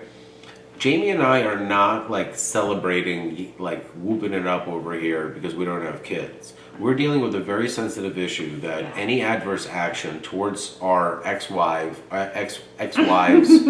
we both have ex-wives. Yeah. It's Jared and Mallory. Our ex-wives, let's call it how it is, okay? I don't think any real man would ever do the shit that this guy has done to you. I think that that's one of the reasons why I really like driving Uber. It's a clear slate. I only talk about whatever the shit the passenger wants to talk about. Remember the guy that was really into calling President Trump the orange guy? And I was like so confused. It was like this like veiled insult. Like first and foremost, you have to agree with him that he's orange. I don't agree with that. I think that there was like a couple of years where his tints were a little bit off. And in general, I mean, like, look, these are his golf clubs. Oh my gosh! Look at this. When you live in a world where a guy goes on YouTube and says, "Look, the Secret Service can suck my dick," literally, the golf clubs are right here. I don't know what fucking planet you idiots are living on. You get one golf club per meeting. That's it. I need one meeting. That's how it works. These are actually Donald Trump's irons. I thought it would be ironic to steal Donald Trump's golf clubs. Isn't it ironic? That sometimes that happens in the car. Check this out. Hey, Jamie. Hey, man. What time is it? 4:22 a.m. You gotta show the iPhone. 4:22. 4:22. All right, it's 4:22 a.m. We started at 9 p.m. Right? Yes. For anyone who doesn't understand Jamie's work ethic, homegirl over here rode like a fucking champ. So I did my first day of Uber driving. It was the wildest thing. It was like as if like I don't know. I felt like Michael Jordan came to show up to like a kids youth program. Yeah. To teach them how to like dribble. But like basic skills, kids don't know how to dribble or whatever. But you have Michael Jordan show up. I feel like once you get past the dribbling, don't worry, he has other things to teach you. We have to drive now every day. Oh my God, it is amazing. First and foremost, what I want to say is, POD actually has a really good song called Youth of America. It's just slightly about teen suicide promotion, but other than that, it's really good. Hey, what I wanted to tell everyone is that I'm on 0 drugs, okay? I have a very strong work ethic. Jamie took a few naps in the car. Nothing wrong with that. Good thing she didn't snore while there was a customer in the back. We had a bunch of customers fall asleep. We did. We apparently made friends with the Summit lacrosse team. Yes, we did. Who apparently is good at lacrosse. And, like, fine, you want to know the truth? The truth is my boys are going to be teenage boys, and I'm a really hands-on dad. So before they become teenagers, I need to make sure to know everything that's going on in the entire community of adolescence. Yeah. That's it. That's what this is all about, assholes. And I'm splitting firewood in a small size so I can give it to Piers to put into our stove, and so you can run it in a wood-burning stove that's small. It's called a Hosbarry. It was custom built for me. And so I do these grand, elaborate projects that the entire world will benefit just so I can give a gift to my boys. Because that's what this is all about. I love them more than anything. Every single word that I've said to every customer inside of Uber is 100% true. That is true. It is You very, knocked this- very funny to It's watch very people's funny. reaction. Very. I don't even have the heart to tell them that I don't even give a fuck if they follow me or not. I just very politely ask Jamie to communicate with them and say that rather than me spending the 12 minutes in this Uber ride exhausting my breath and expressing to the people that no one who has such an interesting life would ever lie about it. There's no reason to lie. There isn't. You just happen to run into an interesting person amongst a world of dull humans. Yeah, you really knocked the socks off. But a couple you know what I Great. really wanted to say, Tell and me. before I wanted to forget. Tell me. See, the whole point of why I do things is multifaceted, and a lot of people can't understand that concept. So, for example, the Uber Corporation, I'm going to give them about 3 more months while they steal 50% of hardworking Americans that are a part of a business model that is responsible for mathematically saving more teen lives than any corporation in the world. You see, when Uber created a dichotomy of drivers who are displaced by artificial intelligence, blah, blah, blah, they also eliminated the need for teenagers to drink and drive. Ergo, the teen death rates have skyrocketed downwards, meaning that this corporation, the only reason it hasn't been ripped into Congress by its fucking collar, because it rips off hardworking people by taking 50%, where, let me explain to you how it all works, okay? Originally, Uber started out by offering 85% to the drivers, 15% to the house. Then they had enough hedge fund capital to automate the system, so their cost per hour plummeted downwards, at which point they increased their fees because they acquired something called a monopoly. In the United States of America, you are not allowed to have a monopoly for this specific reason. Because of the amount of children's lives this corporation has saved, I will be a nice guy and I'll give them 3 months to adjust their price points to give 75% to the drivers, not 46%, which is what they have the balls, the audacity to do, because they own a monopoly, ladies and gentlemen, and that's why monopolies are dangerous. That's why it's something called an antitrust. Short story long, 3 months is a very, very, very generous amount of time. That is more time than I give 95% of other criminals that I identify. Now, after you adjust it to 75-25, you will then have 2 years to bring it down back to 15%, and you know why. Those are my 2 cents on the subject matter. That is after driving 8 hours. I assure you, 8 more hours, I will go into corporate. That's the last thing you want me to do. Dave, you have any more questions? Oh, I have no questions. Tonight was eye-opening. I'm Did you have a so good glad time? that I had a we great did it. time. I had an amazing time. I really did. But I gotta tell you, I found my 2 points of therapy outside of my children. yeah. And that is splitting firewood and driving Uber. Uh-huh. And they really represent both my boys, because Pierce and I would just literally be able to split firewood until the sun comes down. And Right. I think Drake hates/loves the fact that I've ingrained myself into the upperclassmen of Chatham, Madison, Summit. Summit, and It's true. pretty much everything but Livingston. Yeah. So that's the way it's going to be, because Livingston's my boys' town. You know, I have no place in that. No, But if you find yourself getting picked up by myself and Miss Resnick, please enjoy the ride. You're in safe hands. I was followed safe. out in one of my locations by 3 police officers. One of them, there was a, you know what? I'm going to save the stories for tomorrow, and I'll tell you why. Because I have made a pledge to not post anything about any of my passengers as a code of honor. Yeah. You know, since attorney-client privilege is a joke, there is Uber saint and client privilege. You see, I call Jamie and I Uber saints because there's a lot of parents who are not drinkers. They should jump in the car and drive kids around, because the actual people that drive Uber, some of them have not only criminal records that you're not aware of. What I saw with my own eyes of the way some girls are dressing, like I can see how like a rapist who hasn't like had the rape gene come out yet can be like triggered by taking home a vulnerable human being who's intoxicated. Oh my God. And it is beyond dangerous. Yeah. And once again, just like Uber is able to take more than 50% of the wages of their employees, which is beyond illegal in any other corporation, please remember that just because they structure it as an independent contractor doesn't mean that I won't be able to break you. I assure you, I know tax law better than I have ever said, ever, on Yuzu, because that is my secret weapon.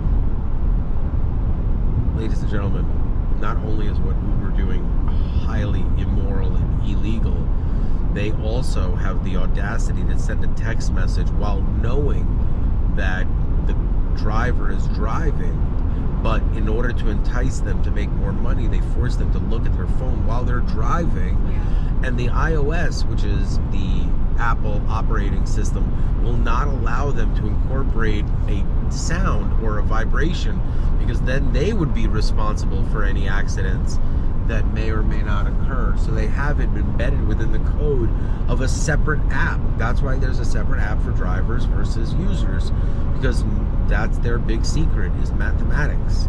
Most of the drivers cannot do math. When you get in an Uber in New Jersey, all you hear about is complaints about gas and all this other shit. When you get in an Uber in Florida, people are like, well, not me, but it's a different experience because it's a different way of life, a different standard of living. And when you're living in New Jersey, you can't live on the percentages that the corporation is taking off a sentient algorithmic code. I assure you, it's highly illegal. You have 3 months. Have a good evening. It's almost 4:31. It's actually It is 4:32 in the morning. I'm not tired. I'm mindful. Have a good night. I'll tell you something, it's much better than just watching television. It is a really, really great thing, and I had a whole agenda of why I needed to get out there, but I couldn't really do it because if you notice the area that we were at is because I'm looking to buy some real estate out there. I don't know if you figured that part out yet, but in general, I wasn't able to like scout my Drake's locations like I wanted to because it was dark out, but you'll learn all about that. This is what happens when you have ADHD, okay? Attention Deficit Hyperactive Intelligence Disorder. I'll explain all of that after this. All right, safety first as always. Now, we are approximately... Hey, Jamie, how much time has passed since we started? An hour and a half, just under. Okay, so an hour and a half? Yep. All right. Here is the key element that most people make a mistake of. Everyone that I've seen stoke a firewood adds 2 logs. Do not add 2 logs. Add 1 log. Watch what happens. It's our first log. Proof. Didn't even touch the giant one. Add 1 log. Let the oxygen do the work. Do nothing else. By the way, look at how gorgeous that is. This is what's remainder. My theory is 1 log per hour will need it to be added. Even a smaller log like this will be more than enough to keep the fire going. Less is more. A subtle fire is far cozier and has much greater potential. Remember, the goal of fire is the future. When can the fire be warm? Will I be able to make it hot on command? Is it better to keep it stoked low, slow and low and very cozy the whole day and add a log in as a sign of warmth when someone comes into the living room before you start a conversation? Throw a log on the fire. There's a lot of cognitive psychology behind that. That means you pace and time the conversation. Tea. The British community has always used tea to pace a conversation. You have a cup of tea not just to enjoy the tea, but to say, look, this process takes half an hour, 45 minutes. I would like to offer you a cup of tea to give you my time. That time is worth a lot of money in a society that owns the world. The sun never sets on the British Empire. Well, guess what? The new British Empire is the United States, so that means the sun never sets on the United States. So when a human being like myself offers someone a cup of coffee, that doesn't mean that I drink coffee or I want to spend any more time with that person than I have to. That means that I have respect for myself to show that I respect the individual that comes to me for a question. To come to another individual for questions, advice, or anything that shows respect. I've had 6 people named after me. I find that to be extremely, extremely indicative of what kind of a human I am. The humans that have named their children after me are doctors, physician, one astrophysicist, one diplomat, and several other figures that I choose not to mention because they're public figures. And one is my nanny, and one is the gentleman who I bought a kidney from for my father, and rather than giving the kidney, my father rejected the requirement, and the man saw how honorable I was and named his son after me. Is that cool? Right now, my favorite all-time lunch, and I'll say it very calmly, was at Gurney's, and it was dinner, and I have it all the time. There were moments where Mal was pregnant. There was moments where both times we were there, she was extremely sick. She stayed in the room, and I spent the time now plating of a John George. One of the things that was done was this spin that he did that I wasn't able to successfully do. So this will be mine, and I like some meatballs with my spaghetti. Call me crazy. So this one won't be a fancy spin, but to do a fancy spin, it's a lot of spaghetti and meatballs. But you know what? One dish, one meal a day is what one human being truly requires for the calories that they need throughout the course of the day. Then there's snacks and a lot of drinks. Hydration is often overlooked and used ubiquitously as one of those, you gotta stay hydrated, gotta stay hydrated. Well, why? Well, liquid is a big part of the digestion process because modern day foods with sodiums and various other, let me make this perfect. I really wanted to make this perfect. No matter what guest I'm serving, no matter what I'm doing. And by the way, everything was made absolutely fresh. Mushrooms, everything you can imagine. First step is to straighten up the spaghetti the best way I could. The second step is to take a very little bit and start spinning. And we start spinning and it wasn't enough, so let's try it again. Let's try it again and we start spinning. And the spin is all that the customer gets. And that wasn't good enough, so let's try it again.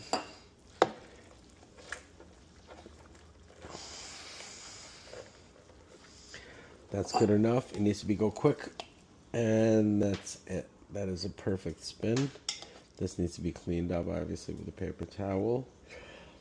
And the quantities of the product are irrelevant. It is the presentation and the way it's actually for the flavor. My favorite thing is to make lots and lots of dishes. It's an omakase style of service. I prefer that over traditional service because it allows a lot more interaction between the chef and the customer.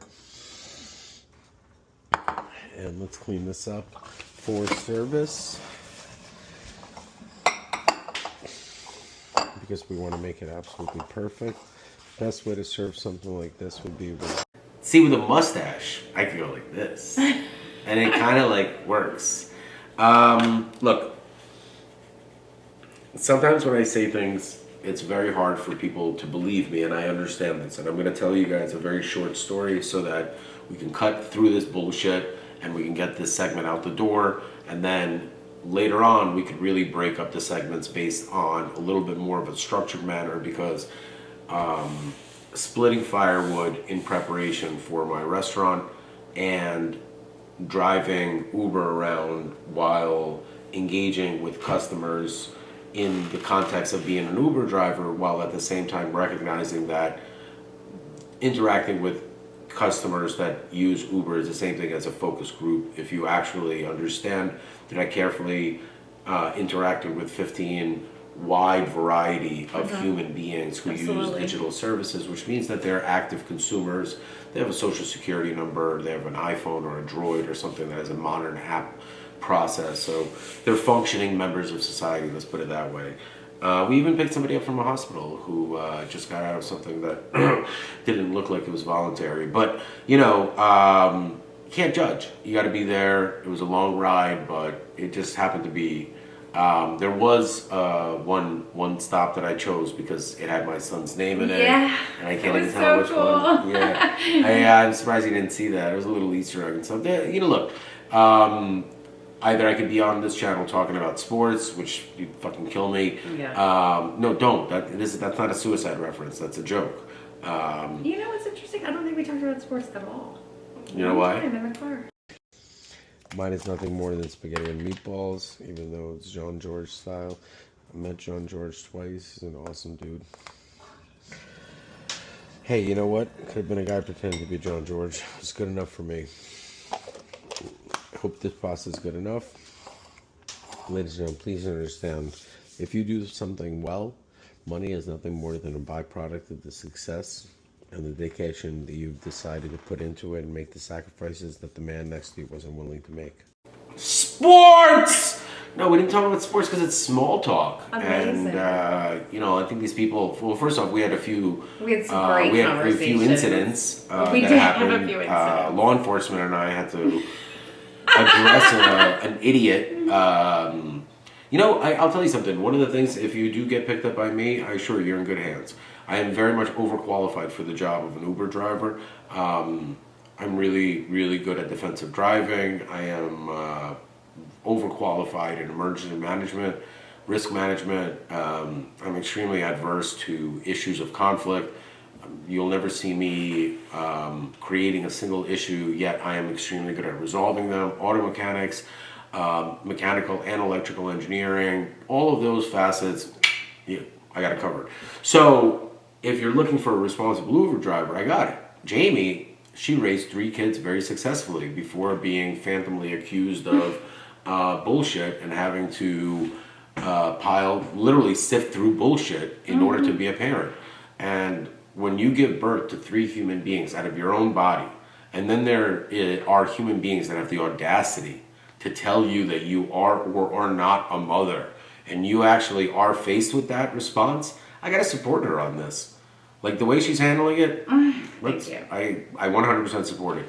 You know, we bicker and argue about a lot of things. There was this one time where she pressed the wrong button on the app, and instead of just having the guy Venmo or whatever, she's like, no, you could just keep it. We'll just drop you off. And you know what it is? I really felt like my dad in that one. You know, he would always, my dad was, wait 1 second. I got so flustered. Wait 1 second. You know, I totally forgot. In a quiet cul-de-sac in Livingston, New Jersey, a young man, well, I'm kind of middle-aged. Well, not kind of. I actually am middle-aged. But it's Friday afternoon, so amongst all of my insanity and my work, I realized that I'm going to give myself until Sunday night to complete this project properly, because it truly is the beginning of everything that I have. And in the background, a lot of people don't really understand that it's not easy to just go in and out of county jail without actually being a criminal and not committing any crime. So you don't actually calculate for the even the idea of going to jail. So it's beyond a disruption. It's an unspeakable event that really has left me fully traumatized. And like I said, I wouldn't even mind if I was guilty of anything. I'm not even guilty of any of the things I'm being accused of, let alone the fact that I already spent the 31 days in jail. So like there's no way to get that time back, and it's impossible for me to restore my reputation, which already was at a point where it was really faltered by the old Google machine. Man, it's really fucking cold. I'm gonna put on another layer after this, and a hat.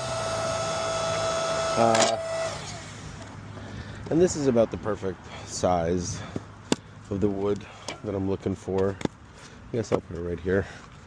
It's as good a place as any. I was really hoping on the more exercise, the warmer it would get, but it's not one of those types of days, I guess. Maybe I'll just try to plow through it. All right. Well, these are the most perfect size logs, and they're splitting gorgeously. And the reason why I get a little confused about red oak versus white oak is I've done significant research, but as you can see, this oak right here is both red and white. So it'll take a little bit of time, but essentially it's oak. I think that, I think you'd be a racist if you like one oak more than the other. No, I'm kidding. It's just easy to call somebody a racist, and it's impossible to refute it. I know, trust me. I've had it happen to me. I'm not a racist because I'm not a racist, not because I need to prove it, but in general, I'm not. And it's annoying because there's a lot of people that are closet racist. See, racism is, in my opinion, totally okay if you're open about it. It's the closeted racists. It's the people that are constantly lecturing other people. And me, I for one, am not racist, but I don't hate. I wonder if it'll split perfectly. Look at this. The dark side won. Star Wars or just racist? Wow. What a big difference a hat and an extra layer make. It really makes the process a lot more enjoyable. And please remember, a cold night is a good thing if you want to split firewood. I mean, look, the reality is it's Friday and I was in a bad mood for the last year or so, but I realized that, holy shit, I have these two unbelievable boys that I get to not re-meet, but because of actions taken on behalf of some really, really fucked up human beings, pardon my French, I have been illegally separated from my kids for some weird attempt to silence me doing this, speaking my mind and making a living. And there's this invented story about how now I'm not making payment obligations. I've been left completely homeless and had all of my businesses completely taken away from me, all in the middle of litigation and some of the most difficult times in my life. On top of which, I was illegally arrested, 6 times by one individual after a quarter of a century of amicable marriage. And I simply don't have even the ability to discuss what's going on by virtue of an unlawful court order and the fact that I'm forever scarred. Forever. I am forever scarred. Oh, look at this. The screw. I've been looking for this, actually. I am forever scarred by the events that happen. So, no, I will never be discussing the human, but how can I get over trauma without discussing it? I mean, isn't that the... here comes... My brother doesn't allow me to put him on YouTube. I love him, but, what kind of a brother is this? So I gotta go. All right, now we're back. Sorry about that. Had to get that one in. You got flustered. It's I got okay. so flustered. It was a And tiny. It was a $14 ride. I have to say, really nice couple, short ride around the corner. I probably would have walked it. Totally. I think that. I was so surprised. Why do people call Uber for a 3-minute walk? And it wasn't that cold last night, was it? What's the difference? Even if it's cold, it's a 3-minute walk. It was really right around the corner. Anyways, so but what were you about to say? I don't know. Great. Hold that thought. This could be perhaps one of the most ambitious projects I've ever taken on. I wanted to do, look, I'm not going to bullshit you. I'm not a chef. They're human beings who have spent their entire lives perfecting a craft.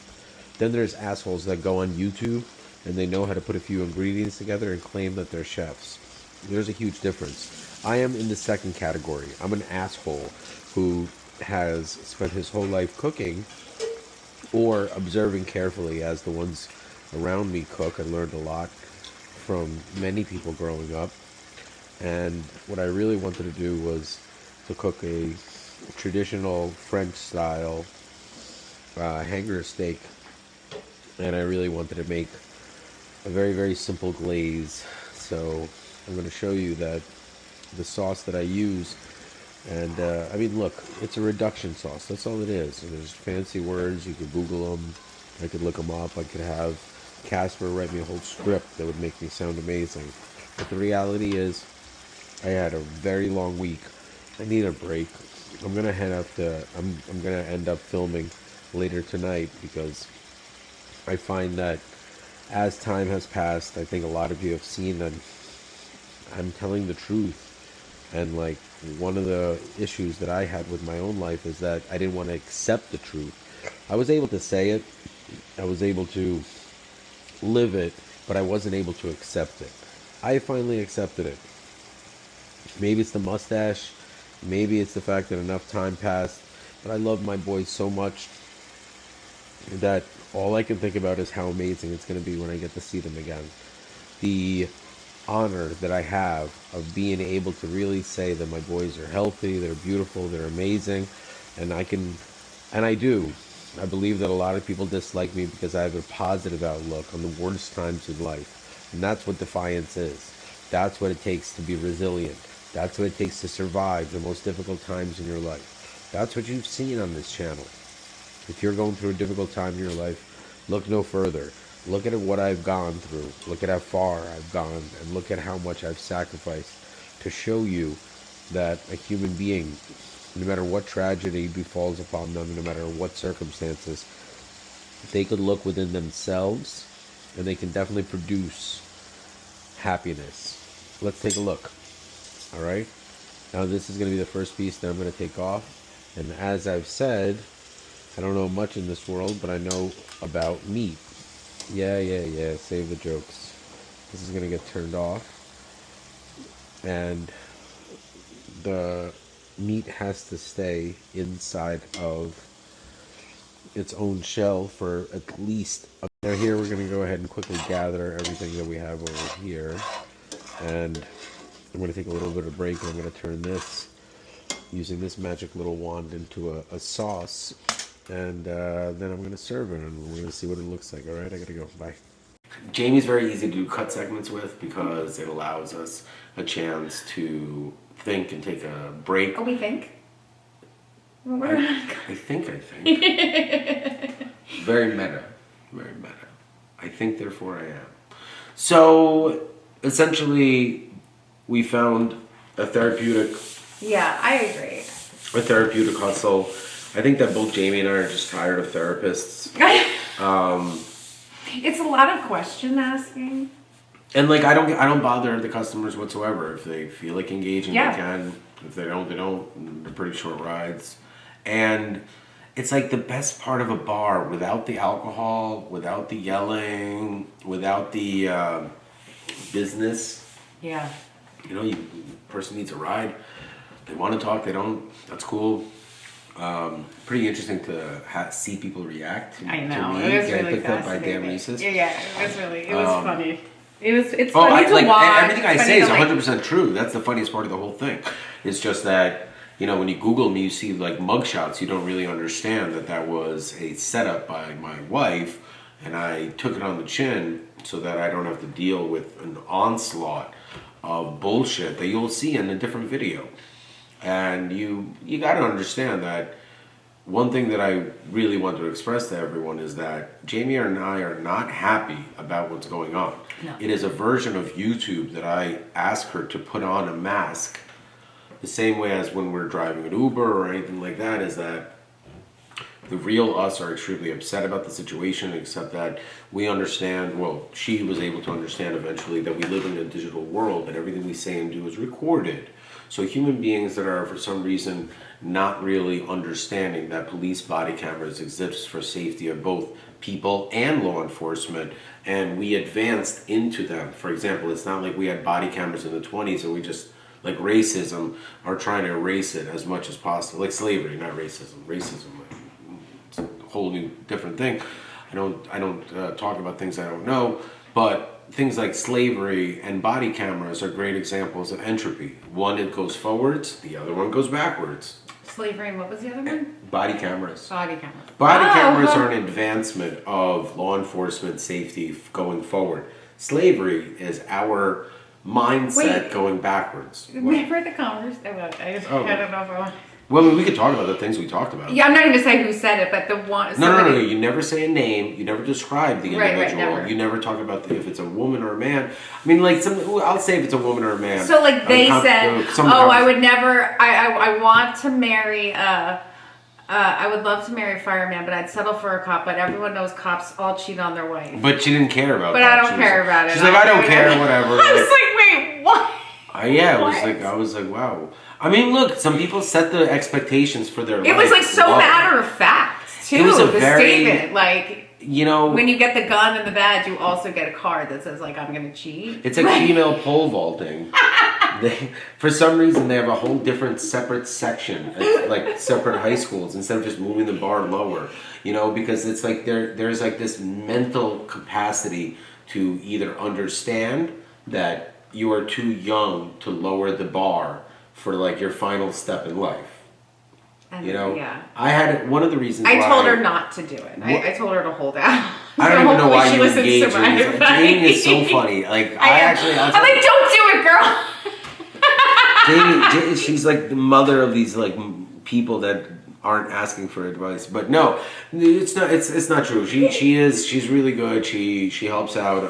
I'm definitely not. I was helping not the about to girl let her out. walk out and say that Yeah. she was okay with this. No, we dealt- we husband dealt with- cop cheating. We dealt with some. Yeah, we dealt with some intoxicated teenagers, and you know, if it was a dude or something that's like falling all over, I don't feel uncomfortable grabbing him on the side of the arm and helping out, but I definitely don't feel comfortable touching any females Oh my God, whatsoever. no. I would grab. car. I would have to call an ambulance or something like that in that situation. Real class act is I always find like the guy that travels with two girls usually. The guy that travels with the two girls. He was a great guy. Yeah. Yeah, that was cool. Class act, cool guy. Yeah, I know. You know, the best part is I don't really know who they are, nor do I want Yeah. to. But if they want to follow me on this YouTube channel, they're more than welcome to. I assure you, everything I told you was 100% true, and it'll be like And maybe a roll, we'll be there roll in of the the next dice. stop. Exactly. I promise you, we offer free You never water. know. Yeah. Well, what's our candy? Caramels. Caramel, right? now. Werther's. Yeah. Look. I think I'm gonna upgrade for spring maybe. Yeah, Jamie, I think gummy bears would fucking Oh, crush it. there you Individual go. small packets of gummy I bears. agree with you. I wanted to tell you a couple of things, but I was going to do it during Well, the I'm checklist gonna let you process. do the safety, and I'll do the like swag part and make it cute. And you do like the first aid kit and make sure we don't get. Why do you always have to like set this up as if we're picking teams and like, playground? We're going SWAT. Like, yeah, why are you always? Jamie's always like, you do this and I'll do this. I'll be like, Jamie, I'm gonna end up doing almost everything. That's true. We get in there. Listen to this fucking unprofessional over here. It's We true. get in here. Car's clean. Everything's great. Oh, by the way, we gotta take it to the car wash. That girl's vomits on the side. Keep it profesh, you know. That's the funniest part of this whole thing is that it's a way for us to change the content that's on this channel, so Yeah. that for anyone who thinks that I have some weird morphed obsession with a human being that was literally my wife for a quarter of a century, please understand that I don't even understand how to say this with I know. in a It's straight like it face doesn't about what- exist. So like I can't even- am. One day somebody's gonna have to explain What? to me what the fuck on earth she is thinking. So until that day happens, I have to just distract myself because I'm a very intense individual. Wait, so- I think I even told somebody yesterday. I was like, "Yeah, I'm divorced." I was like, "But somehow he found a way to remarry me in divorce court, and I can't figure it out." Yeah. So They're Jamie's, like, "What?" Jamie's And I was like, "I know, it's a ex-wife real head remarried scratcher. her. I don't really understand, but." we're all confused. I'm very confused by it. So like maybe I am The enforcement married. of the process, not only the enforcement of the process of like what happens if you actually are successful at it when I take it to appeal and people are going to look at you and be like, what? I don't know. It's like, I think like I watched like maybe like You know 3 minutes of the Bad Bunny until like Trump's tweet came out. Oh, that was So terrible. like, no, I mean, but that's But you like know what I noticed? the A lot real of these world. kids don't watch TV at all. They don't watch any shows. You No, pay or so much movies. attention to these people and their Obviously, it's like stories. so interesting. It's so what nice. else? It's so It is. interesting. What? Jamie's This so is my fascinating. social. It's true. It's true. So basically, we hijack friends for 17 minutes or so at a time. That's so true. And that's in case you haven't figured out what Jamie and I have figured out to do, since nobody actually just like- wants to engage. No, I'm just kidding. We kept being invited. We to did places. get invite places. We can. We technically, if we wanted to, we could just turn off the Uber. I mean, we and are walk human. in. Yeah. Yeah. But you know what? You know what it is. But we have to be profesh. We are the Ubers. Uber Saints. Uber You could say Saints. that. Uber Saints. Look. Let me explain to everyone, okay? Saints, it's a good word. There's religious connotation. There's a fucking football team named the New Orleans Saints, okay? So being the Uber Saints, there's nothing wrong with that. But we're the Uber Saints. We are. I like to give things monikers, nicknames, and things like that. So save your criticism until you show me something original that compares to the shittiest version of the shittiest thing that I created on the shittiest day that compares to my work. All right? So Uber Saint 1 and Uber Saint 2 over here. We like what we do. We like to help people out. We love being parents. We love our children. We don't give a shit about the mentally unstable individuals that have been temporarily put into a position of power. I've been fixing things since I was about 8 years old. Give me a break. I gotta take Uber Saint 2 over here outside to clean up the rest of this firewood. Take a deep pregnant pause on that one. Do I make sense? Does Yes. this make this? Do you You're understand? making sense. I gotcha. Jamie's not allowed to do accents in the car. I'm not allowed to do accents anymore. I've been banned.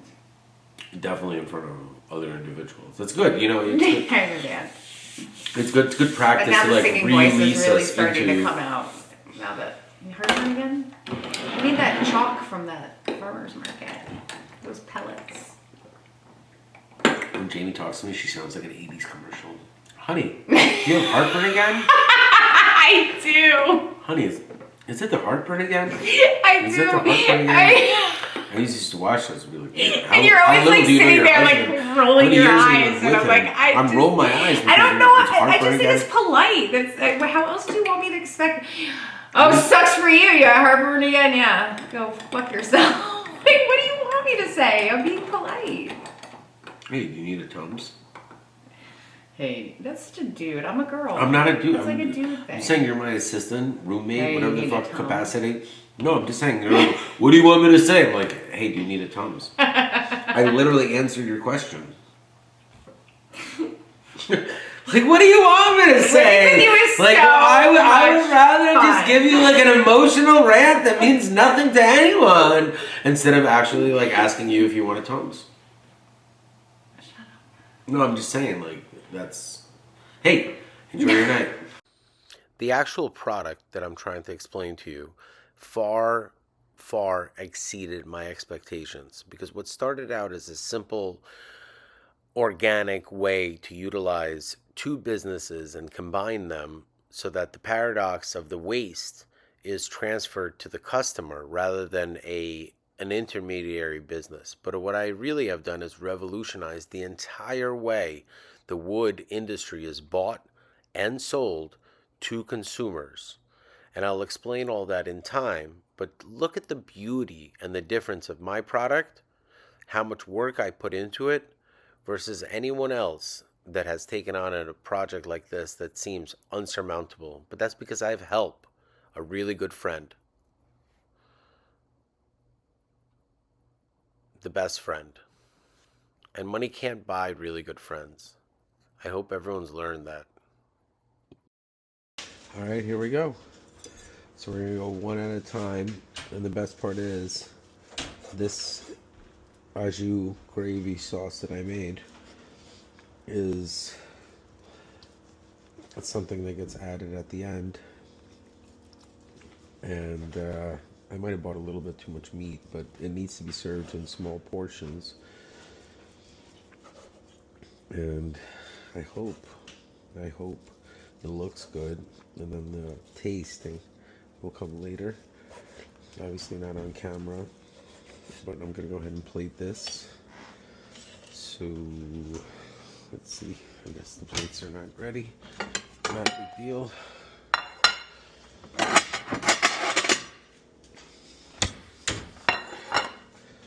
So I'm gonna go ahead and plate this one.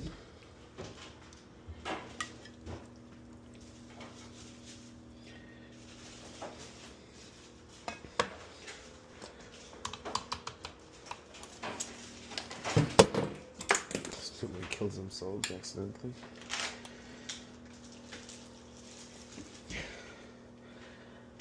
And the sauce covers it. Then we take one of these bad boys. We actually put the meat on the other one.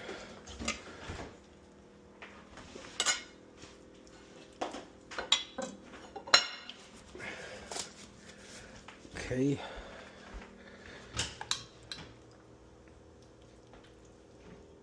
Okay. It's a very simple base glaze. And now, let's grab 2 of these suckers. And then for this, for anyone that doesn't know the little trick, always wear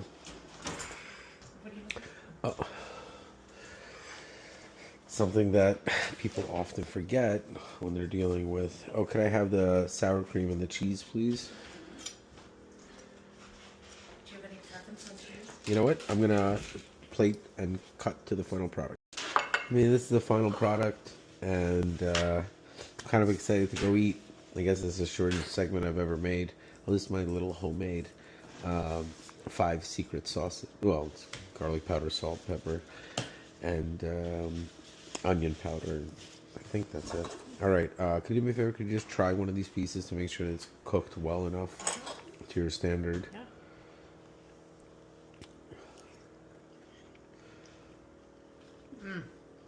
All right. Could I cut? Mm-hmm.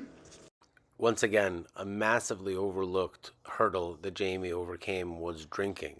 And one of the stories that she told me is that she attended over 50 weddings, which is absolutely incredible. And 49 of them featured a massive, massive amount of alcohol. And as you can see, the plating is not very good yet. And it really requires the simplicity of understanding that when you're at a wedding, you're served some really good food sometimes, and sometimes you're served dog meat. So I wanted to make it look like it's dog meat, but the food actually came out incredible. French-style cuisine, sober, enjoyable, with the conversations that you really want to have at a wedding, while watching Wedding Crashers at the same time. Honestly, in my opinion, it really doesn't get any better than that, especially when you're amongst people that care for you and love you. I mean, we're still on somehow. Oh man, thanks for taking the ride. Yeah. Excuse me. Sometimes You know, it's nice to get it's out. 10:45 on what is it, Friday night? It's Friday night. And I'm not driving because I had anything to drink.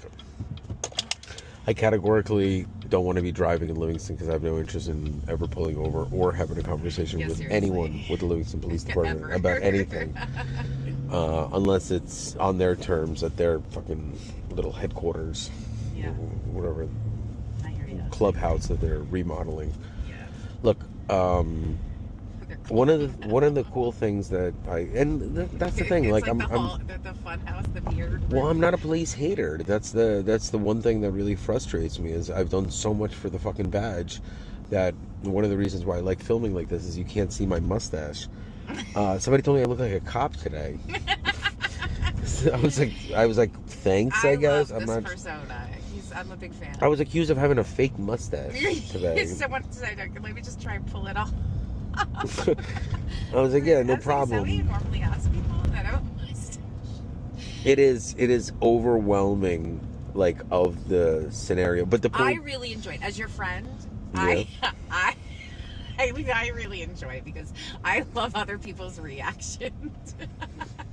Like it's really funny to watch. it's a Especially very people that know you and they're like, wait, what?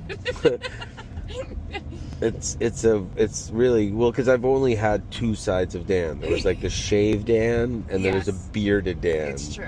And now there's a mustache Dan. It's true. I like mustache. And I'm like, whoa, this is a very different. Oh well, anyways. You have to really what I was have a certain type of face also to carry off a mustache. I have to say, now that you're in the mustache game, I've been looking the around mustache a lot, game. and I'm not in the mustache game. That really sounds like I'm like really going into like Freddie Mercury world. Like that's all I think about when people think about like when you get too much mustache, you go immediately into Freddie Mercury. Like you know where the line is of mustache? Freddie Mercury drew that line. Those extra like 4 hairs that he had, that made his mustache like. And everyone knew that he was very self-conscious of his upper lips and stuff like that. But it's such a cool way to His upper transform your teeth. face as a man. Like, I mean, I guess I'm wanting to do it too. I don't want to transform my face. I wasn't looking at like at any plastic. Oh, I thought you were honking at the LPD. It's like, yo, what up, son? It's like, Jamie, it's getting real brazen over here. I know that I have with the Livingston Police Department, but in general, I respect law enforcement. I'm not the kind of guy that like taunts police by driving by and honking. And then I saw the deer. That's funny. Next letter should be Dear Livingston Police. And that's the end of the letter. But nobody would get the joke except like us. Dear Livingston Police. Like, what the fuck is with this guy? He's completely insane. But then, like, if you watch this video, it would make completely sense. Yes, Dear Livingston Police Department. You guys, you should fill in the rest of this letter. Have a nice day. Love, Dan Reeses. That's a great letter. Very funny. Dear Livingston Police Department. There was a ton. That's actually not even. That's actually. I can't even take 100% credit for that joke. One of my father-in-law's favorite stories, like that he would say all the time, was that him and his brother went to sleepaway camp in like I guess it was like the 60s. It was like some shit like straight out of like Dirty Dancing, Totally. like when there was like hundreds of kids that were at sleepaway camp, not thousands. So his mom would write him letters, and instead of writing Dear Son, she would write Son Dear. So like him and his brother and I guess their camp, I'm not sure, I don't remember like the actual dynamic of the story, but they basically, like, his Indian tribal name was Sundeer. And then, like, when he had a son, Jordan, he called him Son of Sundeer. And it was actually very, very funny. All right, we gotta go. Hey, good morning. Good morning. Hello. What's up? Good morning. What day is today? Today is Thursday, March 12th. So that means that the video that's about to be posted at noon will cover 1 week's worth of Yes, that's true. prep work. Now, that means that it took me 1 week to prepare for a 2-week run. Every good run works around the 2-3-2 principle. If you're really special, I reverse it to 3-2-3 without you knowing it. Please understand that what's in front of me is the key to this entire process starting. I just need somebody to ask me, what is Hey this? Dan, what's this thing Oh. on the table? Jamie, thank you so much. I Hey. really appreciate it. I have to stand up for a little bit, so the only thing that's going to be visible is my mustache, because this is from the mustache to the world. That's who is speaking. In case anyone's wondering, I actually have purposely gained about 20 pounds of weight in order to sustain the workload that's going to be required from what I'm about to explain to you. All right? I currently will find out exactly what the value of my real estate, my equities, my businesses, and everything is in the afternoon. You see this board right back here? It's going to be completely replaced by two elements. The left side will be the legal matrix, and the right side will be the business matrix. I'm not just going to fill up the board with absolutely random stuff. I'm going to fill it up very carefully and strategically and coherently. I've set up a routine, also known as automation, for everything that Jamie is able to do on a daily basis. Is that correct, Jamie? Yes. Which means that the only key element that I've been missing is this. I'm not going to be able to start talking until Jamie's actually focused, because what she has the ability to do is to engage and then disengage without actually letting me know. So are you back? I'm here. Are you paying attention? Yep. You ready to know what this is? Yep. Now, how many years have you seen me own this product? Forever, I feel like. You've had it a long Okay. time. Have I ever used it? I don't believe so. I've never seen you use it. Does it look like it's been It used? doesn't look like it's ever. Okay. This is absolutely brand new. What this is the MX Fuel diamond-tipped concrete saw, which for anyone who doesn't understand, that this is the most powerful saw in the world. Yes, for the size and for the ability for what I'm about to tell you. Now, this saw, there are other ones for this size that are stronger and have a larger, I don't even know how to take the battery off. to tell you the truth. I'll figure all this stuff out, but essentially it comes with a second battery, a Oh my charger. god, that battery's in there. Oh wow, this, oh my god, look what I just found. Ah! Pierce, I found your Gatorade bottle Oh god. in the Is trunk there of my fluid car. in there? There's fluid in it. Oh god. And speaking of fluid, that's one of the best parts about this product is that it doesn't require a fuel source other than look. Eventually I'll YouTube a video that shows me how to take it off, and it's a very, very, very, very complicated machine that is designed to cut through absolutely anything. All right, let me try to wrap this up. And oh, wait a second. I'll tell you the truth. Watch this. You'll see what this is all about in a second. All right, we are back in front of the majestic Livingston High School. The one and only LHS. So what I was basically saying is, I think it's really cool that you quit drinking, but Oh my God, it I feel wasn't. amazing. But it wasn't because we don't like talk about it. It's not a like you could have a drink tonight. I wouldn't could- care. No, it's not even. You're not that. in I any literally- programs or I anything. literally- it's unbelievable because I really did quit and like thought about it quitting for a long time. And when I first quit, then I started drinking again a little bit here and there, and then I realized like I really just don't like it. Like it doesn't taste good. I feel like shit the next day, and I feel great. I remember like when Mal and I were just like incommunicado, she would always like ask for a drink or go out for a drink, or I'd always get like this pit in my stomach where like I knew I was gonna vomit at the end of the night. Like you might as well be already sick if you know Right. you if you're guaranteed know that you're gonna vomit. That feeling comes into your stomach long before you even have your first sip. Well, so much of my social life is based around drinking for so long that it became. That's why it's good. very That's why I'm happy I have no social life. Yeah, No, I'm same. kidding. No, but for real. Wait. So I'm sorry. I didn't mean to interrupt. I was making a stupid Dan joke. You really. I said alcohol. Why don't we just wait until you're home? Because I'm really thirsty. But it's just Was the thought of the drinking made you like thirsty, but for non? Why do you need It to was so make a parched. turn and drink at the same time? Why do you have to criticize my driving? Because I've this is how never people gotten get into us in an accidents. accident. I've never gotten us into an accident. You're right. Not once, yeah, I'm and I've been not. driving us around for a long time. So. You're right. I'm not an invalid. I'm just saying I could have been driving the car and you could have been drinking orange juice. I know. Because there's something about this orange juice that's dangerous. It already, or like look at how close you are to this car. I'm not even. I'm just I saying, was like not. like even Stop it. if you do choose to drink and drive, like fine. Like, I'm against drinking and driving, but right now, what you're doing is you're drinking and driving, and you're actually proactively saying you quit alcohol, but you're all about drinking and driving. It's orange juice. It's this Simply It's drinking orange, and driving. Or Simply Orange and this Simply Lemonade. This company, who makes this?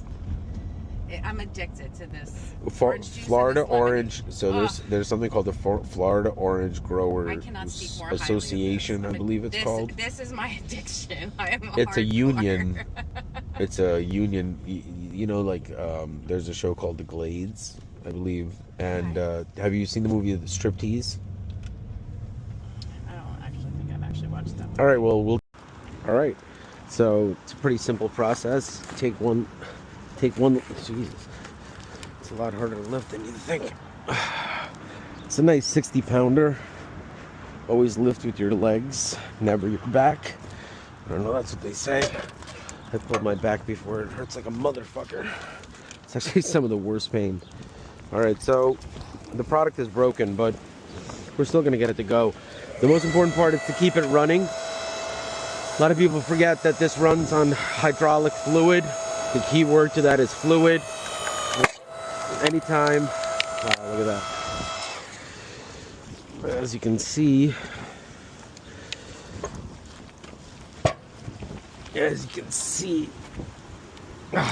well, the fluid part of it, what happens is, if the machine is left outside or untended, and this should break the whole thing up and make it fall apart. The key to the whole thing is making sure that it continues to dry, even though, I don't know if anyone understands, today is the middle of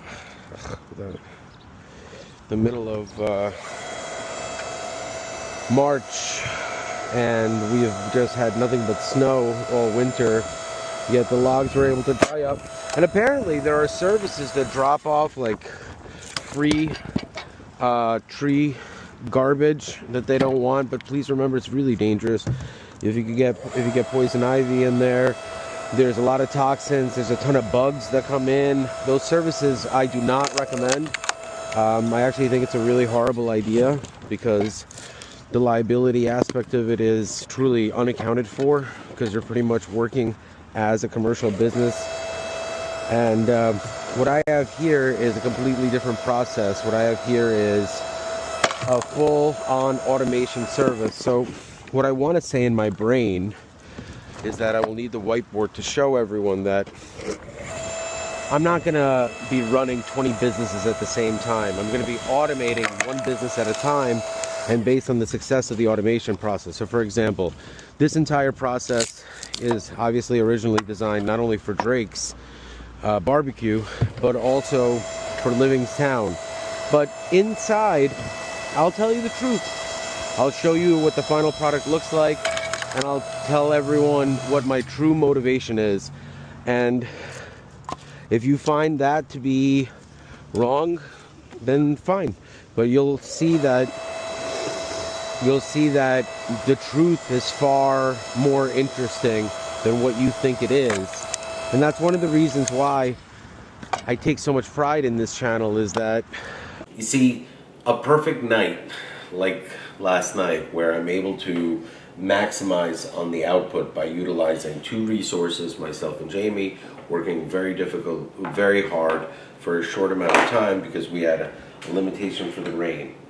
And when you talk about things like that, sorry about that, over the course of this entire process, I'm going to be trying to do. I have a pretty basic question for this. Where are you supposed to cut whatever item you're cutting on and around? I'm going to explain a couple of things, okay? This is a diamond tip concrete saw. It goes through concrete like, a hot knife through butter. It is also wireless, which means that it can be used in any environment whatsoever without the requirement of a power source. Even though I do have significant generators, as well as the ability to convert power from a car to a 220 or 110 volt system, what I needed the most is, over the course, for example, you've seen me drive around with bolt cutters all the time. All the time. That is because I have properties that have been stolen from me, and bolts are illegally put on my property that I own. and I'm forced to constantly be using my large bolt cutters. I also have something called the Jaws of Life. I have a number of Jaws of Life. One of them is held, my favorite one is held by a friend named Chris, who's holding on to 3 things of mine very carefully, very, very respectfully, and it is nothing more than a test to the will and sentiment of a friendship to see how he's able to conduct himself given the fact that he has some of my very important toys. Now this item right here, you might say to yourself, Dan, why do you have a concrete saw on YouTube on Thursday morning starting the video? Yeah. Dan, why do you have this saw on the table? Great question, Jamie. You know, before I continue, you gotta check this out. The amount of pain that I'm in by being separated from my children is unspeakable. Like, there's no way to describe it. So for me, I found my zen in splitting firewood, and I've also been able to really, once you understand the geometry behind my love, you will understand why I am doing this. There's a reason behind every single thing that I do. I do absolutely nothing randomly. As you can see, Jamie, how you doing with the mulch? Pretty good? Yeah. All right, so what this is a product called Black Mulch. I can't really give away the secret of how it works, but essentially what you want to do is you want to recognize that some parts of what I had delivered are not mulch, or base for a garden. Jamie, let's go ahead and take a little bit of a business meeting regarding what you're going to be using as mulch and what's not. You see these wetter, muddier, mossy things? That's not mulch. Okay. That's bedding. That's bedding for a garden that I'll be using. So for example, there are 2 projects that I am, several projects that I will not be filming about. One of them is me getting in shape. I have no interest in making this channel about my body or the work that I have to put in to getting what I want as far as the results. That is not going to happen. That will be done in private. Next, the business. My main business is liquidation of inventory. That part is not going to be presented on YouTube, primarily because there's too many trade secrets that are involved, and you know, like I said, you never know. People might really not want the cure for Alzheimer's or pretend like I never ran the case of the century. So I need to be able to preserve my right to be able to earn a living no matter what the circumstances are. And the liquidation part is going to start, but given what I'm going to show you inside is going on, it's really difficult. So I guess a part of me is kind of excited to tell the truth, because I hope one day my boys grow up and they watch these videos and they realize just how much I love them and just what a difficult position I've been put in. And that's, I guess, that's the part that people who go against me rely on, is that kids will not realize and will not accept the difficult position. And that's what I think a big mistake between people who are able to survive a very, very serious and traumatic event, such as a split. And splitting up is really something that family psychologists pride themselves as touting the necessary need for intervention and outside help, and I'm all about it. I don't necessarily disagree with any of that stuff, but I think that the true help, the true work starts in the home. And I think a big discrepancy between myself and the people that discredit my work is that they don't really attribute the amount of effort that it takes. So a big thing with me is that I am extremely anti-overuse of electronic devices and social media, especially for developing minds, which is children. And that's a lot of that has to do with the fact that in order for me to do something about it, I have to actually be an awesome person my kids want to spend time with. So if I am Jerry Smithing it up and my kids do not want to spend time with me, there's no courts or anything that really need to be involved to force them to do that. And when my boys and I were together, we were always happy, and we definitely fought a lot, and I really owe. So as you can see, one of the biggest issues that I have is this endless ability to cut wood, but it needs to conform to a certain size. The wood that I'm cutting is impossible to really get the purest form of a piece to go into my machine without some form of augmentation for at least 50% of what I receive. I have two choices when dealing with firewood. I can use a chainsaw. Obviously, to use a chainsaw is 1, very dangerous. 2, requires a massive amount of experience. 3, a chainsaw and a gun are very similar. If you don't have the ability to strip the chainsaw, replace the chain, to oil the chainsaw, maintain it, maintain the gas, recognize the quantity of time that you have until you refill it, and be mindful that you always need to have a clear mind when working with a chainsaw. Is one mistake will take everything off. Now this is my solution to anyone who says that a chainsaw is the most powerful thing to cut wood with. See, what I have here is a concrete diamond tip blade saw, which is about 300 times more powerful at point of impact than a chainsaw. Try cutting a concrete slab with a chainsaw and you'll see the difference. Furthermore, by using diamond tips, I avoid any dullness, since what I'm basically hitting is something that does absolutely nothing to the wear and tear. I also have over 20 of these blades in my house, and what this product is able to do is cut down any single piece of wood and treat it as if it is concrete. Now, you might not understand this. Really big apology, and I figured I'll do that apology at the same time as I tell the truth to my other son. And being that this content is forever, this content will live forever. Forever they will know that their father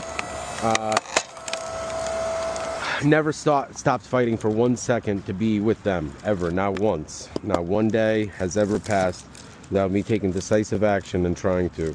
Any rumors about any foreign substances that I use or did use, they're not only are they unsubstantiated, they are the true cause of many factors that led to human beings who really should never be empowered to make any decisions, such as, quote, taking people's children away from being in a position, because you'll see that not only will the truth come out, the scariness of the fact that it was done by courts and government actors and attorneys that are highly educated, that's really where the fear factor should come in from anyone that's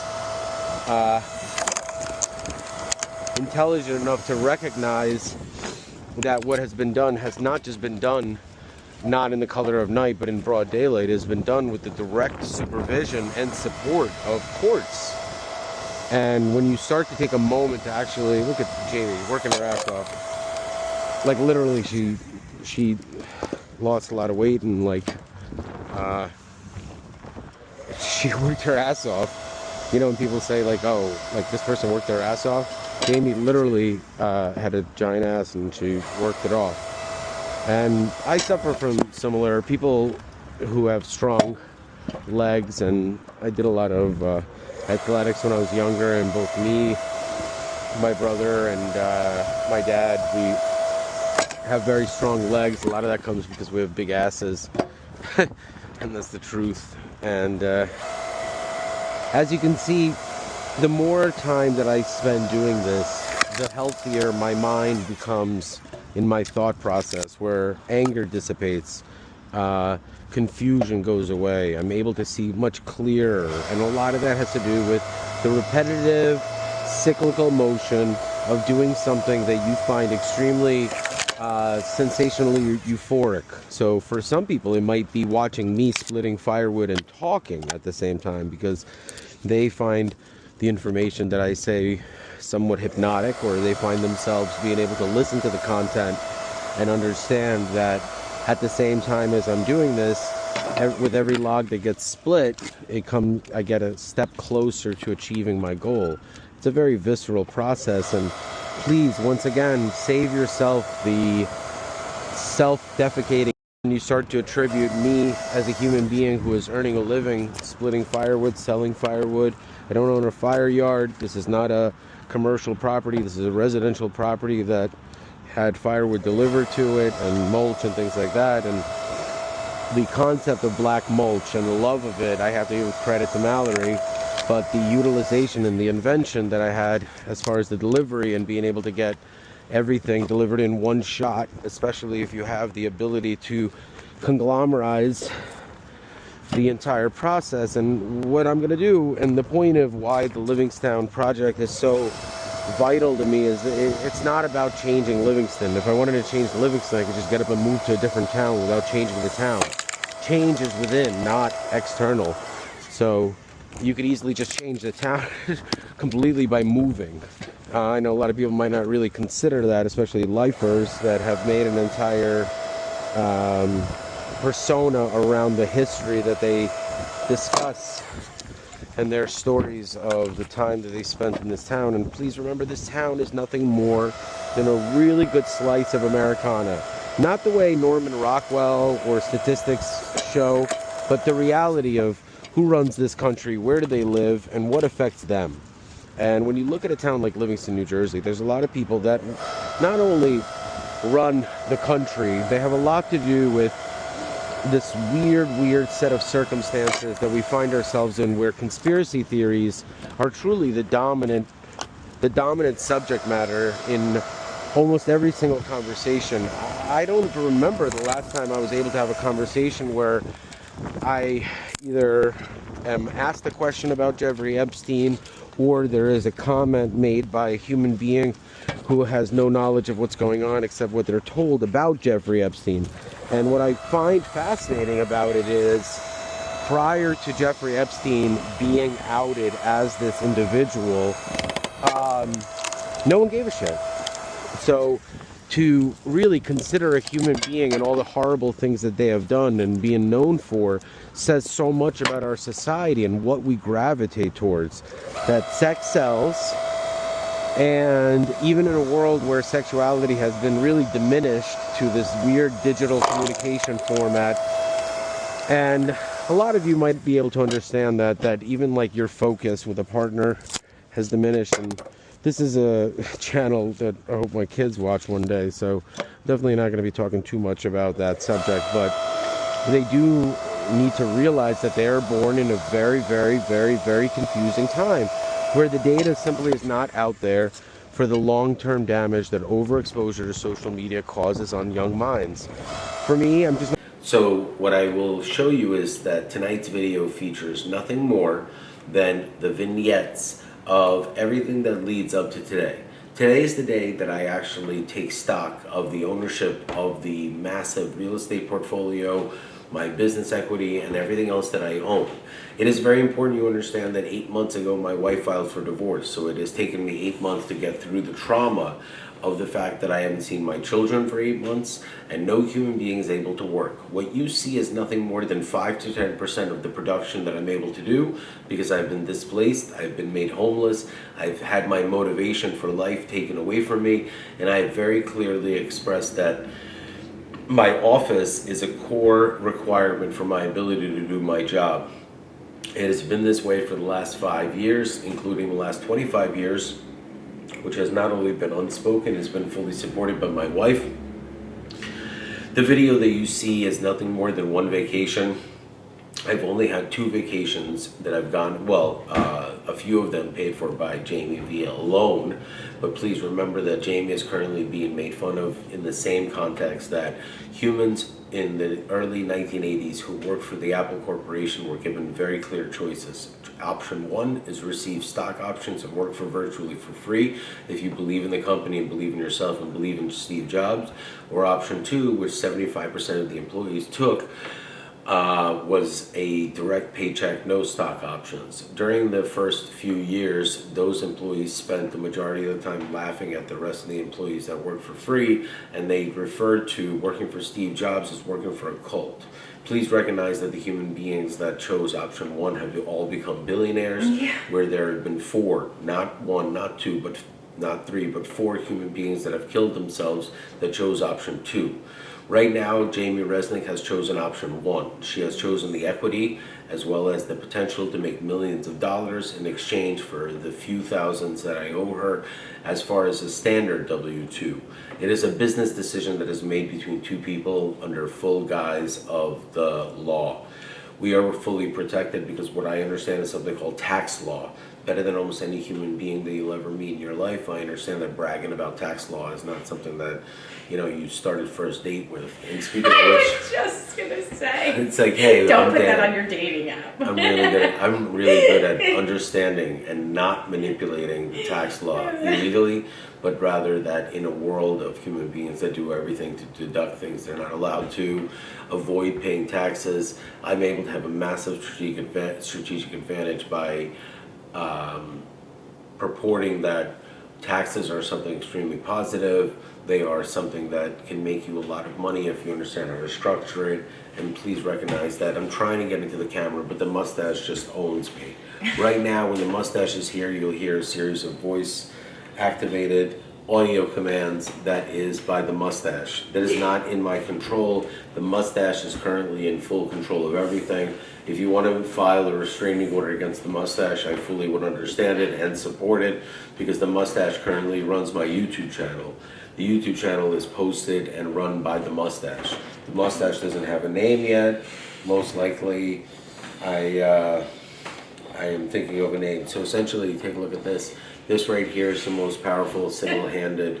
Now, one of the other reasons why I really love it is because it requires two hands to use it, so that the only way for me to possibly hurt myself is that I completely go out of my way to take this thing and cut myself with it, because while wearing steel-toe boots and having face shield as well as glove protections, this unit is absolutely impossible to hurt yourself with because it's designed for concrete on a downward angle. So please recognize what I will be using is the equivalent of the world's most expensive chef knife, heated at about 900 degrees, and a warm stick of butter that I will need to cut through the side of it.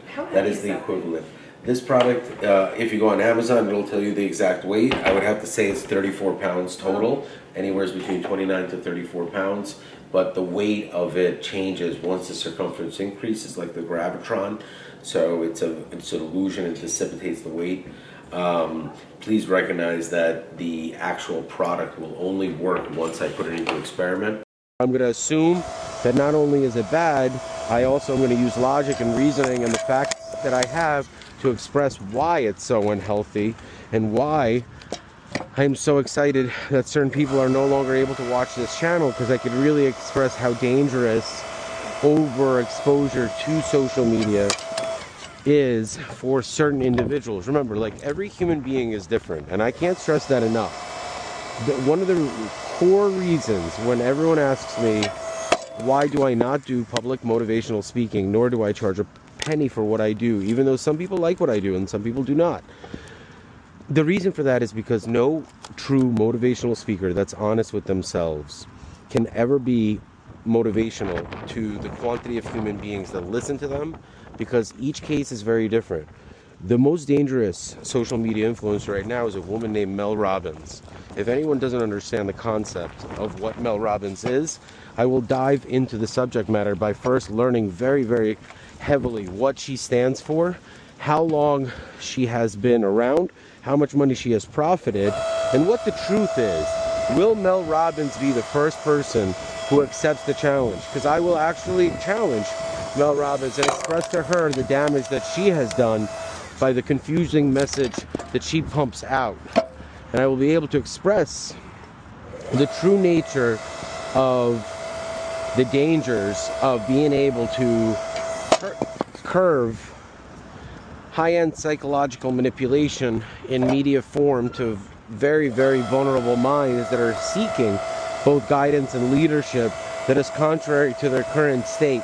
So, for example, let's say that somebody found themselves extremely unhappy in their marriage. A woman like Mel Robbins will be able to sell a lot of media and engage the audience by supporting independence through non-resolution but independent guidance through themselves, which essentially is the opposite of why people get married, which is why I don't support people like that, because there is no reason to get married if you're not willing to not make the commitment or sacrifice. I'm not one of those guys that's interested in pushing marriage on humans that don't want to stay married. But I am very curious how someone can go from, and I only read the first couple of pages of the book, and she has a podcast, which is not something I'm interested in because that's for fans, so it's designed. I want to see what the actual media that she produces, and I want to read her books before I say anything negative. And I think that human beings who judge other human beings and their interests without diving into the truth are hypocritical themselves. So first, I really want to know what Mel Robbins stands for, what it is that she embodies, and how she affects individuals that perhaps misunderstand her message, and why it's so dangerous for her to turn a profit on it. Because, you know, it's like when you look at a human being that walks into a school and does school shootings, how much of the responsibility is blamed on the media that has influenced him? Like, where, like, does this person's, does everyone that he's ever subscribed to, do they get canceled? Because frankly, a human being is nothing more than a collective with their memories and their consciousness reaction to it. So there needs to be a social responsibility that goes beyond a 14-year-old who walks into a school with an AR-15 and takes out a football team's worth of humans. Like, there needs to be, you know what, I'm done with this one. There needs to be actual responsibility taken. And that's where the Mel Robbins things comes in, is that eventually enough time passes where I come to the realization that there's only so much personal responsibility that I can take, and there needs to be an explanation that goes slightly beyond the court, because I find that the court, as far as conflict resolution, it's not designed for that. It's really designed for a public forum of flexing. And now that I've realized the rules, let's see if this has, so this is a 7-ton split, and believe it or not, the circumference and the length really determine the actual split. The moisture content itself, once you get to, good thing I have steel-toe boots, once you get to a certain level, it'll split no matter what. 7 tons is a lot more than you think, and there's a lot of attachments that are sold that increase the size of the wedge right over here to make it a 4 or 6 ton splitter, so a piece splitter, so that you can get a lot more pieces through, especially when you're processing firewood. And a lot of people can't calculate something called labor, which really, I'm changing the subject from the Mel Robbins thing, because the truth of the matter is I have to learn more before I get into it. But what I don't need to learn more is applied mathematics. So in one of the videos I'll make will be the beginning phases of a methodology. The first step is to organize the entire life of what I plan on actually devoting my time to. Time management and resource management is just something that is often overlooked because it's tedious, laborious, and most individuals who start projects just skip that process. And to start the video for this evening, please remember that I currently have about 600 videos that are in the bank that I haven't released. I will do my best to review my financial matrix. It's 9:30 a.m. in the morning, which means that I will have until 6 p.m. tonight during this rainy day to produce the content. At 6 p.m. I will film 2 hours worth of content, which will be included as part of all the vignettes, at which point I will then post exactly what I have done. Then tomorrow, which is an extremely important day, I will need to take off because I'm extremely busy doing something, and the result of tomorrow will not be posted on YouTube, because the most important projects that I'm doing I will not be discussing online. What I'm discussing online are the things that I want you to see, things that are legal matters, things that are part of the discovery process, the utilization of this channel as a method of business. Please recognize that if you're paying attention to anything, even if you're the dumbest fucking human being in the entire world, you have seen me completely reinvent the future of modern day business to dispute artificial intelligence being the dominant force behind the creativity of the human brain. I've also standardized a world standard to reuse standard fruit and vegetable boxes, which is one of the most heavily overproduced product that is not post-utilization effective, which means that once the vegetables and the fruit are on site, those boxes are utilized as nothing more than waste. They are compacted, they are recycled, and they're reused. Please recognize that by utilization of them as a standardized product for wood, I have solved the endless argument of how big is a cord, how much was delivered, what was delivered, how was it delivered. I've also created a luxury premium firewood brand.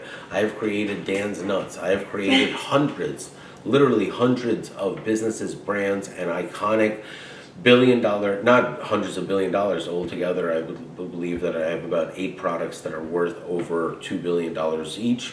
How I choose to structure them will be based on the management of Microbank.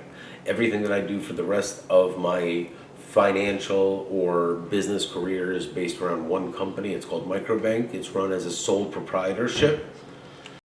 Time management is by far the most important. Second is resource management, and third is obviously decision making. Now, decision making is in context. What I mean by that is it is so finite to the description of the circumstances that the leadership chooses to attribute to their decisions, meaning like when you look at a problem, you can look at the factors based on the way you see them versus the way other people see them. It's just a matter of perspective, I guess. So as you can see, I did this the other day before Jimmy showed up, and you know, I do want to have a private life. I don't film a lot of my friends and family anymore because of the pain that I had to go through for showing some of my favorite parts of my life, and it is the public punishment and the complete and utter. Great work, Jamie. Great work. Nice to see the maintenance of the property being kept properly. You know, I remember when I started this, I did a segment inside splitting, and that was nothing I'm gonna ever replicate again. It was necessary at the time, but looking back at it, knowing the machine and everything like that, I would say that I'm really glad that we didn't do any damage. How are you doing over there? Is it looking good? Are you happy with the result? Yeah. How does it feel as far as, are you cold? No, actually, What about exercise-wise? Did you drink anything at all last night? Would you ever feel like you'd be motivated to do this if you had drinks the night before? See? And you were caught drinking and driving. hardcore OJ, baby. That's right. OJ. Well, I mean, that's why I don't drink OJ. Because OJ will kill you. All right. As we continue on our journey, I should start splitting the larger logs. Not splitting, I mean like separating when I throw them from the pile of the smaller logs. And as you can see, the black mulch project is well in its way. And this Resnick over there is working. And that's one of the things that I really, like I said, I really don't know what people are going to say, because Jamie has told me thousands of stories, and each one of them she says nothing but good things about the people that she talks about, but the people have treated her so poorly. Like, mothers that she grew up raising her children around have completely ignored her. It is the wildest thing.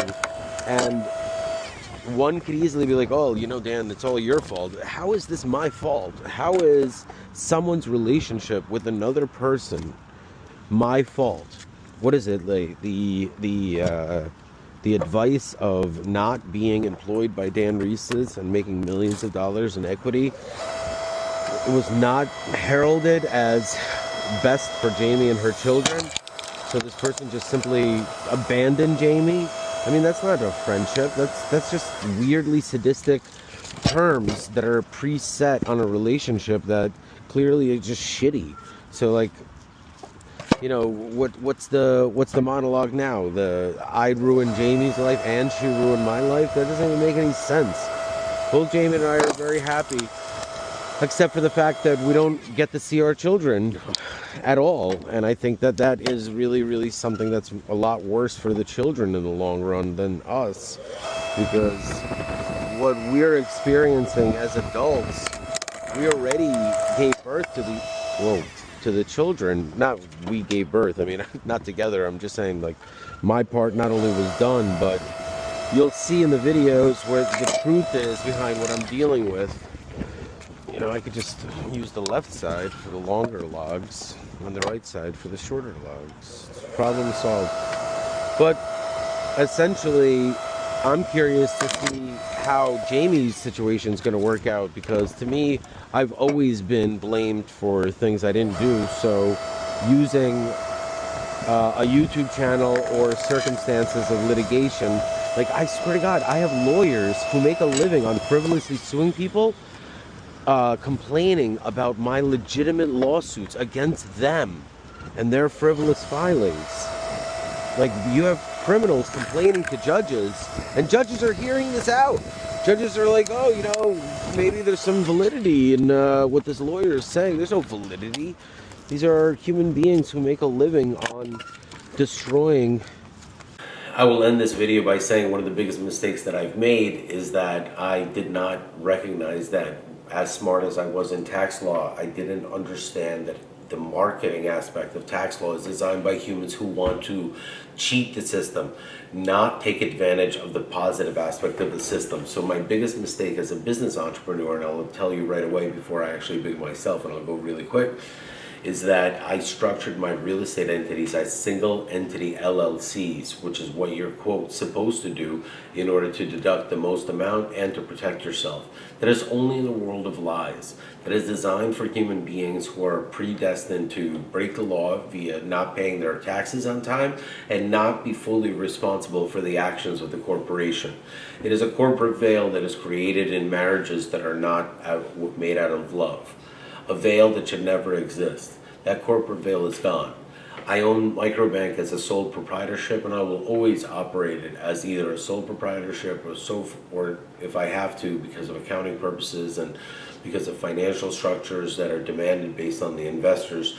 But essentially, it is Microbank, I am Microbank, and one of the funniest jokes was that in the 90s, Bill Gates announced that I am Microsoft, and then Norm Macdonald goes, Hillary Clinton had no comment.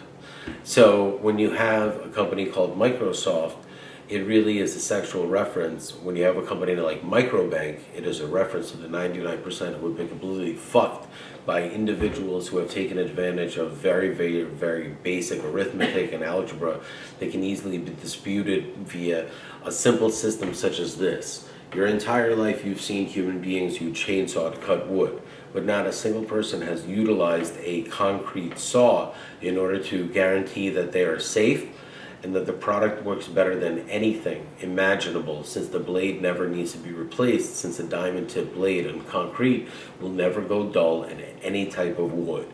This hypothesis will simply be proven either right or wrong in front of your own eyes.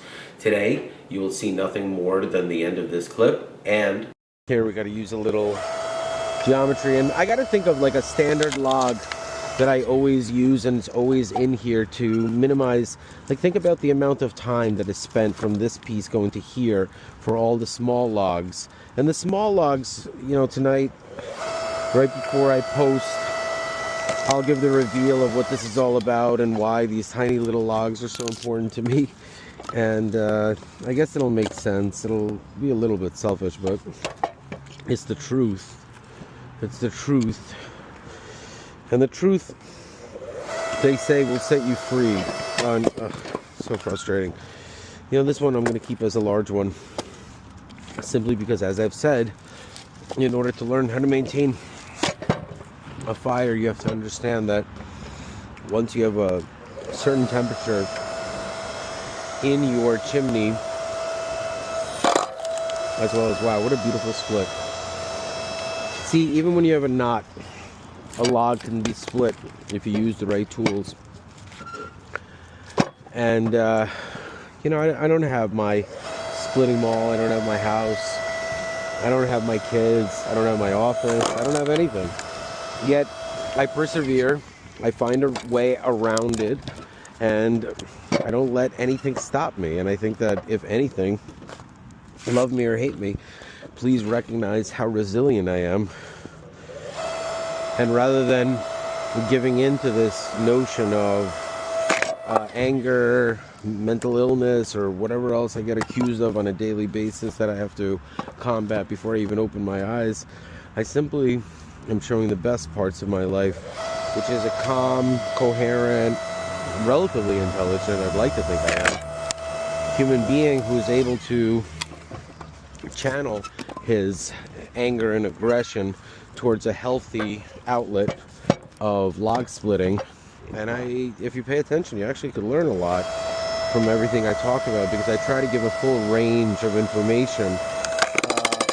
I know most of you are extremely happy with podcasts that focus on... Yeah, it is. It's like a Disney ride. A lot of you are fascinated with content from curators and podcasters that you are comfortable with, meaning that very rarely do people actually learn anything new on podcasts, because remember, you as a human being only have a choice to listen to one thing at a time. You physically cannot listen or watch two things at once unless you have a device in your hand, and then you're not paying attention to either one of them. But essentially, one of the reasons why podcasts are so popular is that humans are... Look at how strong this is. This will stop it. It won't make it. Yeah, the knot is just too much. Let's see if I can add a little whiskey to this. I don't know what that means. I don't drink whiskey and Okay, well, let's take this apart. Let's go ahead and take this apart. Let's go ahead and minimize the exposure of the knot.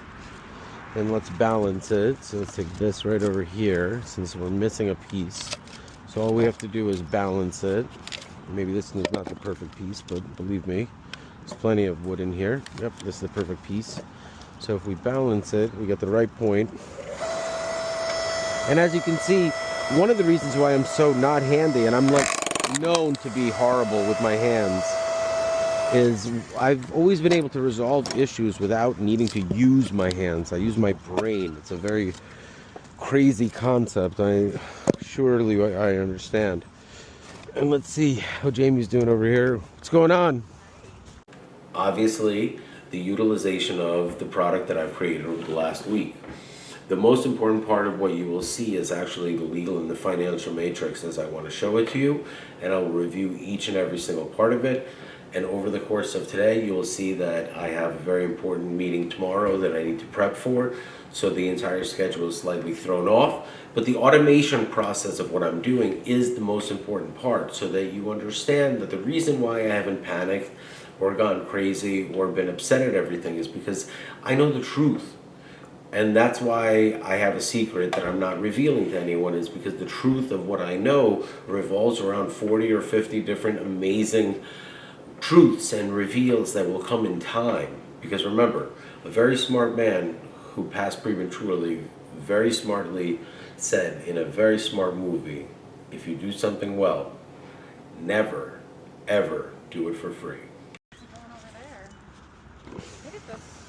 It's going good. Am I even recording anymore? I stayed away from. Am I recording? Yeah. Oh, cool. You stayed away from where? I stayed away from over there. Took a little break from that side. Oh, cool. I'm basically going through every single log that I don't need to break down further than... It's pretty good. Except for like having to lift 60-pound boulders. But other... It's a workout. I don't know if it's a good workout. But it's a workout. It's very therapeutic. How's yours? Yes. Mine's very therapeutic. Mine is too. You wouldn't think that yard work like this would be that enjoyable. Now, the ironic thing is, at my own house, I never enjoyed doing this because no one was ever thankful or nice. Same.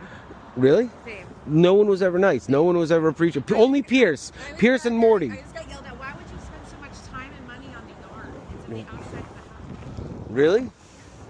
Well, this was done at an incredible price point, and you really are showcasing a lot of your talents. I really like the at the end. Making it look pretty. Also, if anyone's ever played you in tennis or engaged in a conflict resolution matter with you, knows how angry you are, like deep down inside as a person. So this Zen garden goes well with your Goetia. Like a geisha, like Oh my keeps God, Zen it's gardens. so true. You're a Goetia, so you are the black mulch. I gotta go. This log is not gonna split itself, Jamie. As great as this conversation was. I'm doing it. I'm Julia Robertson that shit. It's a Pretty Woman reference. See? Well, there you go. Look at that. Pop goes the weasel. Can't resist that. I mean, corny? Yes. But appropriate. Even more so. But see, the break of the rail on the right side allowed me to very quickly create a resolution by adding a log to balance any type of pieces. And long term, it's even better because I'm able to essentially, I figured out that if I create a frame around this thing, that's an addition. I could utilize it to break almost any log size. And that's one of the reasons why this is going so well, is I am no longer bound by the broken machine, because I've realized that I have a solution. So I don't hesitate. And when you don't hesitate and you have confidence in anything you do, the end result is always going to be much better than even splitting up. Now, when you split something, you need to be mindful of the end result will create. That's where the applied math part of this really comes in, is that it's very difficult in today's society when you have so much emphasis, such as Kim Kardashian, who's a walking testament to the divorce business model. Her show is about divorce. She herself has been married, but she can afford to do this because she's an entertainer that grosses a significant income by being inspirational for people who want to look good on the outside and pretend to do good on the inside. That's a very common goal for many people. I don't think it's an accident that Kim Kardashian looks like Meghan Markle from Suits. I think that that's a direct result of what the audience wants to see. I think that human beings who are blind to reality choose to be blind to reality. It's not my job to open their eyes. But for those of us who simply are not just tired of living in a world of lies, but we want to do something about it. We want to make a little bit of a difference, especially while we're alive for such a short amount of time on this earth. And if you think about the quantity of years the earth has been around and how short of a speck of time you as a human being are on this earth, especially at an age where you can do something about it, it makes you really wonder what drives human beings to be these pleasure bots that play golf and read magazines and play basketball and write jingles and just take care of themselves and really think only of their personal responsibility, being the inner circle of the kids that they created and like whoever they were born to / whoever they believe will benefit them, such as, quote, friends. And everything is conditional, and it's just simply not something I subscribe to. One day I hope the world is a different place and people can be nice to each other and be a little bit less fake.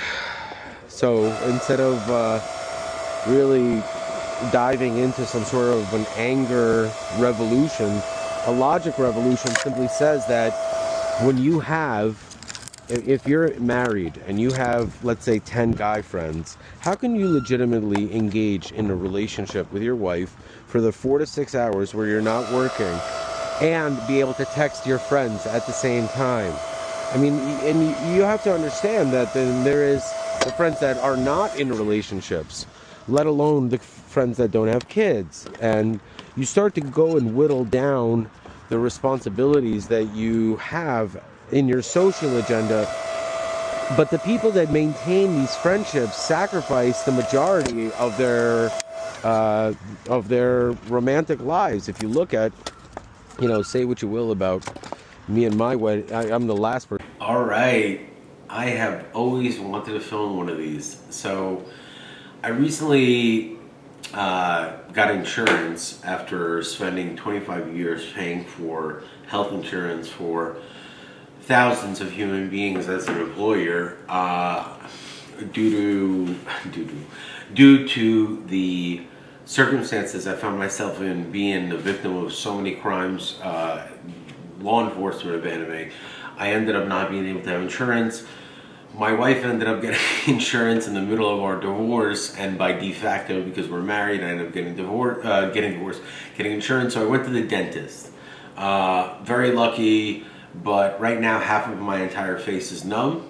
So my goal is to see if I can actually speak without using half of my face, and I think I'm doing a pretty good job for a human being. Jamie, how many minutes ago did we leave the dentist?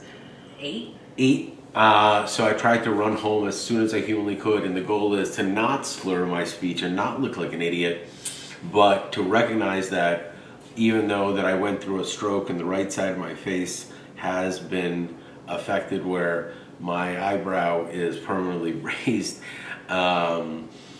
right now the lower part of my body, my brain, my face is actually affected as well. And as you can see, that even if a replication of the really extreme version of a stroke or the light version which I experienced is happening to me, I still won't be able to be stopped from filming. I still will look coherent, logical, and the exact version of myself that you're looking to see. See, take a look at this. See, it's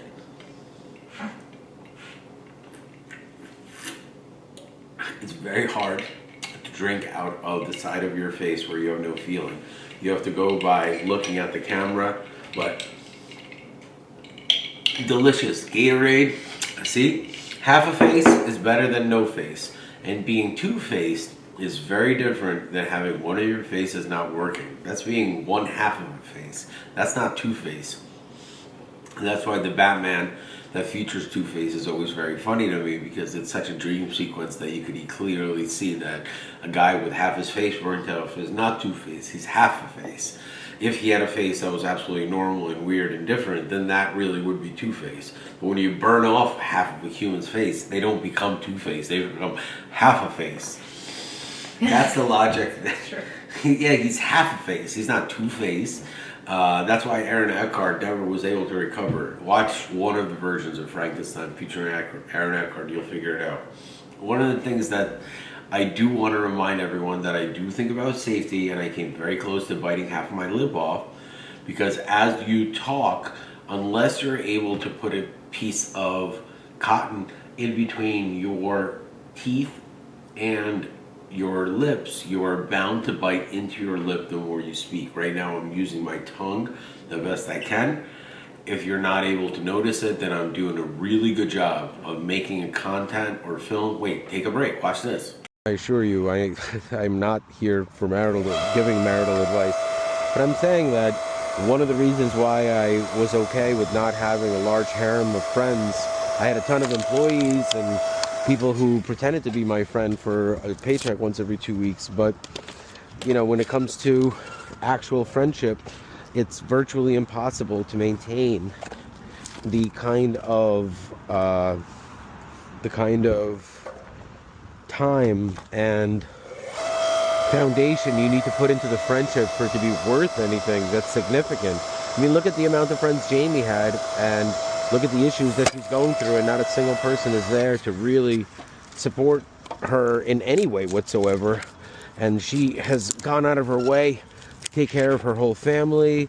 And one of the things that I find so disturbing, so fucking weird, is that Jamie comes from a family of 3 brothers, 3 strong men, and a father who's fully alive. I, on YouTube, am sitting here crying about my dad not being around. She, who has done absolutely nothing wrong at all, not only to them, in general, she has been amazing as the actual person to rely on. Her father came to her for financial assistance when he went bankrupt. It's incoherent to understand that this man has the ability to communicate to 3, not 1, not 2, but 3 grown men and say, hey, your sister needs our help. She is your sister, she is my oldest daughter, Whatever issues I may or may not have had with her mother need to be put aside. This is our daughter. This is our sister. Yet not only has that not happened, the complete opposite has happened. She has had to fight endless wave of criticism, silent judgment, and support for her spouse, who has really shown a very dark side of himself that I personally am surprised by, given the context of the way the divorce went and how nothing that's being mentioned right now was ever even on the table during the divorce. And that'll all come out in time. And like, that's where I'm very curious as to how can, and I'm a father, I'm speaking as a father. Like, if I think about it like this, okay, let's say the situations were reversed and Drake and I had a strained relationship for whatever, I don't know. It didn't seem strange when I met her. I met the guy, everything was fine. It wasn't strange. He was actually in the charcoal and firewood business, ironically enough. So let's say that Drake goes through something like this, and let's say that Drake, see, I never had an affair, I'm very honest about everything, but let's say like Drake makes a mistake in his personal life and he needs my assistance. I would be honored if Pierce or Drake, and I shouldn't use Drake as an example, it's just Drake is older, and I think to myself as a father, I wouldn't be able to look at myself in the mirror if I did even 1/10 of what was done to Jamie on the parental side, let alone the way her mother has treated her. And her parents are alive. Like my mother was really, really bad to my father, and she knows what my beef is. So I don't expect to ever have a relationship with her because she has acted inappropriately for decades, let alone the garbage of a show that she pretended to love me while I was generating millions of dollars for her. That's all, that's all bullshit. The reality is that Jamie never had any of that stuff. She's been extremely good to both her parents, and I have not seen a single speck of evidence to show me that she has been anything but an amazing mom. And it's just, that's one of the things that really takes away the credit behind the validity of the people that are inventing stories against me, is that had you just chosen me and picking your fight against a man who actually can stand up for himself, there would be some validity to the strength of the argument. But by choosing Jamie as a target, it really shows me how weak and scared you are of the truth, which is what I represent. And that's the part that really makes me understand you as the adversary far better than you understand me as a person that you see as either an entertainment figure or some sort of a character in an invented story in your head. To me, anyone who chose to go against Jamie while she was seeking freedom, you have to understand that you're not really paying attention. This woman is talking about not drinking anymore. This is a major milestone for anyone who understands the issues around alcohol and what it does long term. And rather than having any support whatsoever, people are looking at her like she's crazy for not drinking alcohol. Think about that for a second while you really need to digest that. It's mind-boggling. And she, as an example, is kept away from her children while her ex-husband is the primary, who is a functioning alcoholic. Let's call it what it is, man. I wish the guy wasn't. I assure you, no person that's in sober mind does the actions that he's done. I promise you. And I look forward to meeting that person one day, and I hope that he finds himself sober. And I think that it's a really difficult fucking process. And I think that it's extremely metaphysical, and it goes into your bones when you're doing it for years at a time. And for Jamie to do it, and I don't know if it was cold turkey, there was a few months that she would drink. I just simply didn't. See, I could even do a cut segment and still continue after 6 minutes with the Novocaine fully intact and continue to speak.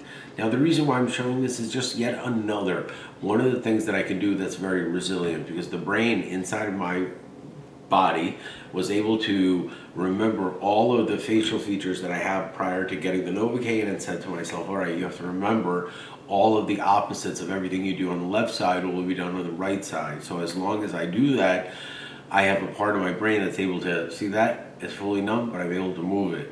That is only because I am the only person you'll ever meet that has full Novocaine and has actual movement of the right side of the face that has no actual feeling whatsoever. I assure you, it is an absolute medical marvel, and it is just one of those things that I brag about only in context to, hey, I'm going through a really hard time. I haven't seen my boys in 8 months. I don't have a justified reason. I'm about to bite my lip off in spite of my mustache, which really, you know, the mustache was very much against me filming this, because should I find myself in stitches, it would ruin the entire look. So the mustache did not clear this entire thing. I love my new barber. I think I got an amazing haircut, and this one hopefully is not a snitch. And that's something you look for when you have a relationship with someone like a barber or a dentist or even a manicurist or a pedicurist. There's a social contract that is associated with being able to communicate with that person, or say like a rabbi. There's no such thing as attorney-client privilege when it comes to social contracts and people you trust. But at the same time, what good is attorney-client privilege when I'm dealing with 24 attorneys who have flushed attorney-client down the privilege in favor of utilizing attorney-client privilege to get information out of me that I normally would never disclose if I didn't believe in attorney-client privilege. Here, take a break. This is going to be like the largest size. This is a red oak that I took just to experiment with before I finished for the earlier afternoon. Now I'm going to be splitting, and we actually have a really fun activity tonight, which normally wouldn't be fun if you had to do it as a source of an income. But if you're filming YouTube content and you have an opportunity to experience something and really give some feedback, some honest feedback to a community of people that never would have experienced something like this, there's a lot of value in it. You guys will see. So I pretty much have the hang of the process, and now it's not even a matter of if, but how long it'll take to process everything using this very rudimentary, inexpensive, entry-level 7-ton, and I say if it's $400 with the warranty, you got to pick up the warranty, but in general, this wood split up would have cost approximately, I would have say I invest in 2 cords at a time, and it's usually somewhere around $400 to $500, believe it or not. It's very expensive. And I would have to say this is about 6 cords of firewood total when it's all split up. And I would have to say also it costs nothing. And I would see a therapist more, and I have a few more new ones scheduled in the next couple of days. Actually, I'm looking forward to meeting them. It's just it's an overwhelming amount of information to digest, and when you hear it from me, it sounds almost made up. So it's hard for one individual without having to. I always want to tell them, like, yo, check out the YouTube channel.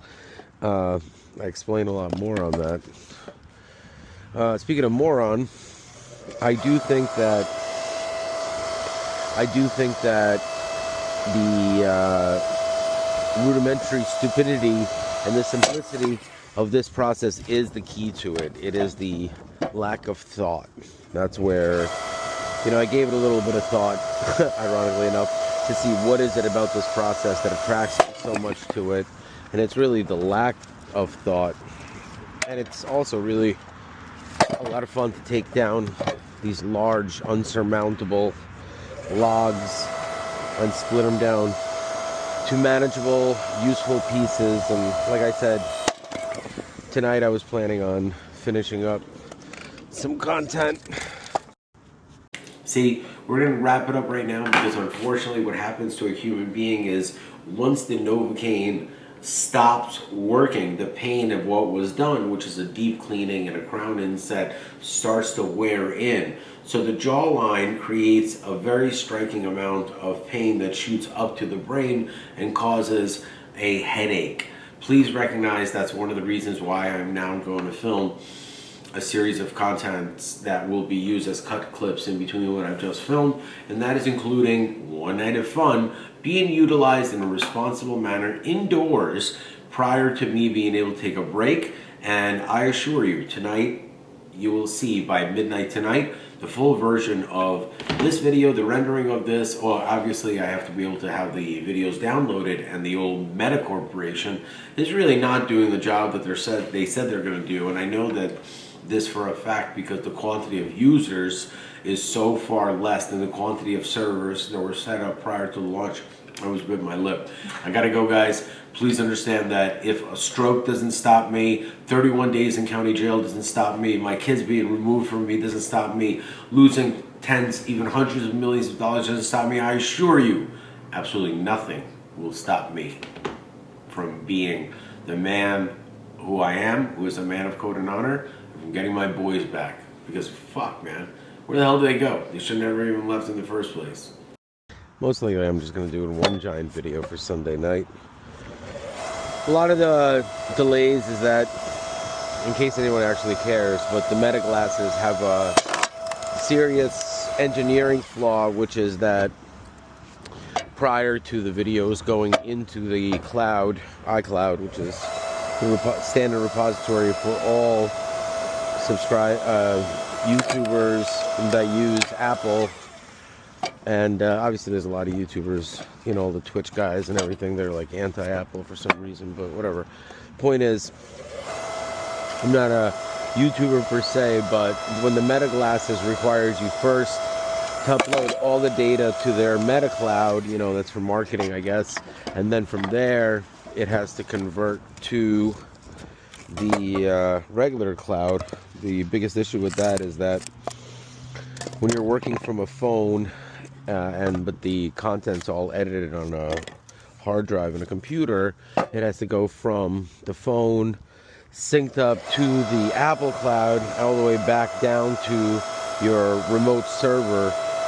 Then it goes to wherever the platform is where you're working, and that takes a long time. So sometimes when I film, I say we, but it's me that does the work, and it's my channel, and I've just been doing it for so long saying we, but it takes a few days. Sometimes it takes up to 48 hours for some content, and like that's because you're dealing with a lot of third-party servers, and the data, like for example on the weekends, I've noticed that it's a larger lag. So as you can see, some of the logs I make smaller than the other ones. That's because ultimately each box needs to contain a few small logs to start the fire, guaranteed to start it. Like, this is a great example of a perfect, you know, starter little kit. Here you got 4 logs. You take another.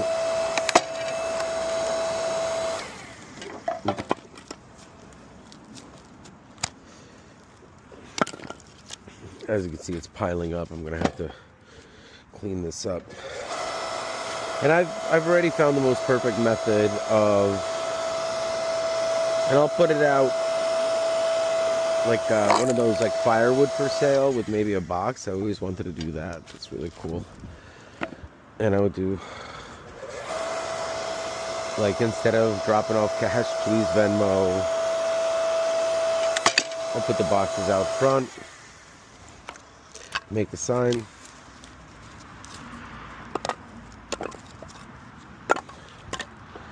All right, let's take a look.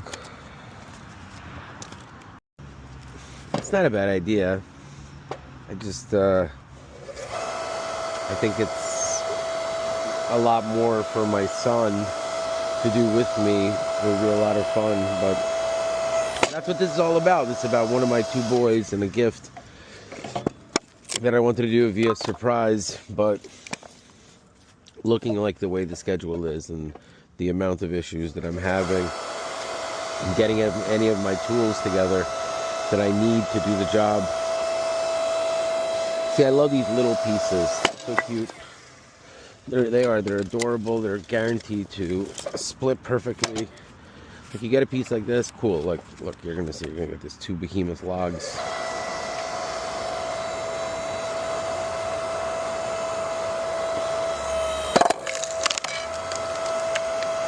This is red oak. For smoking purposes, this is going to be better than white oak. It's a harder wood. It's more consistent. And, obviously for a commercial product versus something that you're working at home, you want to have a harder, denser wood that lasts longer so you're not stoking the chimney all the time. And remember, when you're dealing with smoking, you're keeping it at 185. 220 is the high point. That's when you're doing chicken.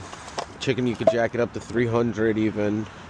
But when you're smoking, it's slow and slow. Low and slow, not slow and slow. And this is pretty much ready. I would even go a little bit further just because we've got this whole theme of spending time talking to the audience, using this time as full-on therapy so that you don't have to watch what I'm doing. But if you do, it is fascinating. And this is just one of those ASMR activities that rather than going out in the cold and doing the process yourself, you can just watch me do it. And the things that I say, 90% of the people that watch agree with me.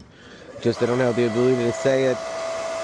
And they're in complete shock that I ended up being right the whole time, because I guess the entire point of why so many people watch this content is for the shock and awe, for the misery, for the pity, to watch me fail. But there's a lot of other people that want to see the comeback, and that's what you're watching right now. And the reason why it's not exciting to me is because I knew what I was doing the whole time. I was just very saddened to see people give up on me because of the optics of what was going on.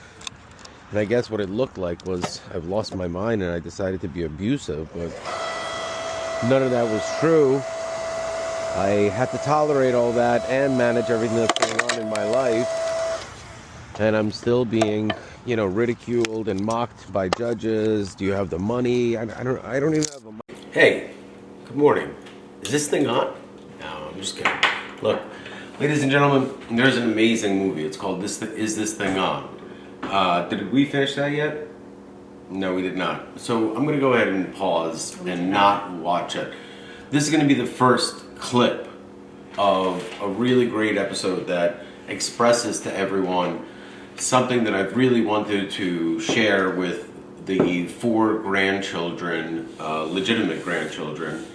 And when I say legitimate, there are children that may or may not come into my life in the future, but right now there's Jackson, Eli, Drake, and Pierce, in that order, that are the grandchildren of Arkady Mironovich Rhesus. Now, that man is my father. That is the man that my brother Jeremy Rhesus and Mark Rhesus and I owe our lives to.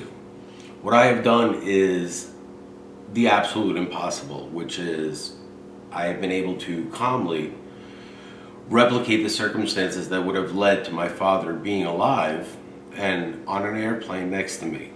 Next to him is a man that looks very similar to my brother. And this entire segment is because it is very difficult for me to show this, but this is a gift. Boys, your grandfather was an awesome guy. Ignore my tears. I'm going to need a couple of segments to really introduce it, and then I'll be able to tell you that it is approximately 2 hours of footage. You will only see a 3-minute clip just as a teaser until I do what my father asked me to do, which is one of the most annoying and remarkably non-exciting things that I have to do, which is make up with my brother. And I don't have to make up with my younger brother because I don't actually have a conflict with him. I'm more confused as to where he gets off in his actions, because he's a grown man, he's 30 years old. So he is treating himself in the dynamic as a child in our relationship rather than looking at himself as an adult, which is what I look at him as. So the confusion really stems from that, where he has to first acknowledge he's an adult, and when he acknowledges he's an adult, he's going to have to explain to me where his non-action comes from. Non-action and action is the same thing in the world I come from. If you're a party to something that is really catastrophic and you're watching it and doing nothing about it, is just as bad as being a part of it. That's my personal opinion. Do you agree with me, Jamie? I do.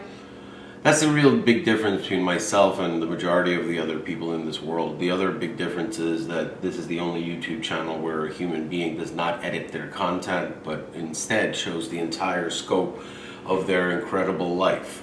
The reason why my wife is mad is not because of the YouTube channel, it's because I press the record button. I've had one of the most interesting and dynamic lives of all time, not because of choice, but because of choice. And you might not understand what that means, because it comes down to either embracing the reality that people find themselves completely enamored with the fact that right now I'm wearing a mustache. That's it. That's the only difference between myself before and myself now. I am wearing a mustache, yet the audience is not able to comprehend that I am doing this for optics, and to explain that a mustache is nothing more than a third visual look that I maintain. One is a full beard. It's actually the fourth. One is a thin cut beard, and hey, the lighting really adjusted to be much better. Yeah. Thanks, sun. Or clouds, or whatever. Look, ladies and gentlemen, let me explain to you something very, very calmly. My life is too good to lie. Because a lie is nothing more than life without the F. And I've been told to go F myself for so long that I simply, Yes, you have. that I simply have embraced it on this channel. I give you exactly what you want. You want the truth? No problem. Here's the truth. The truth is, I walk into a courtroom and I have to eat so much fucking shit just so I can abide by the legitimate legal process, and to make an example for all of you deadbeat moms and dads out there that don't understand that today is today, tomorrow will come. You need to think about the entire longevity of a relationship prior to making your short-sighted decisions that are based on anger that's fueled by emotion that doesn't exist. My confusion behind this entire process is that I am too smart to engage in it, yet I am forced to do it because I love my children.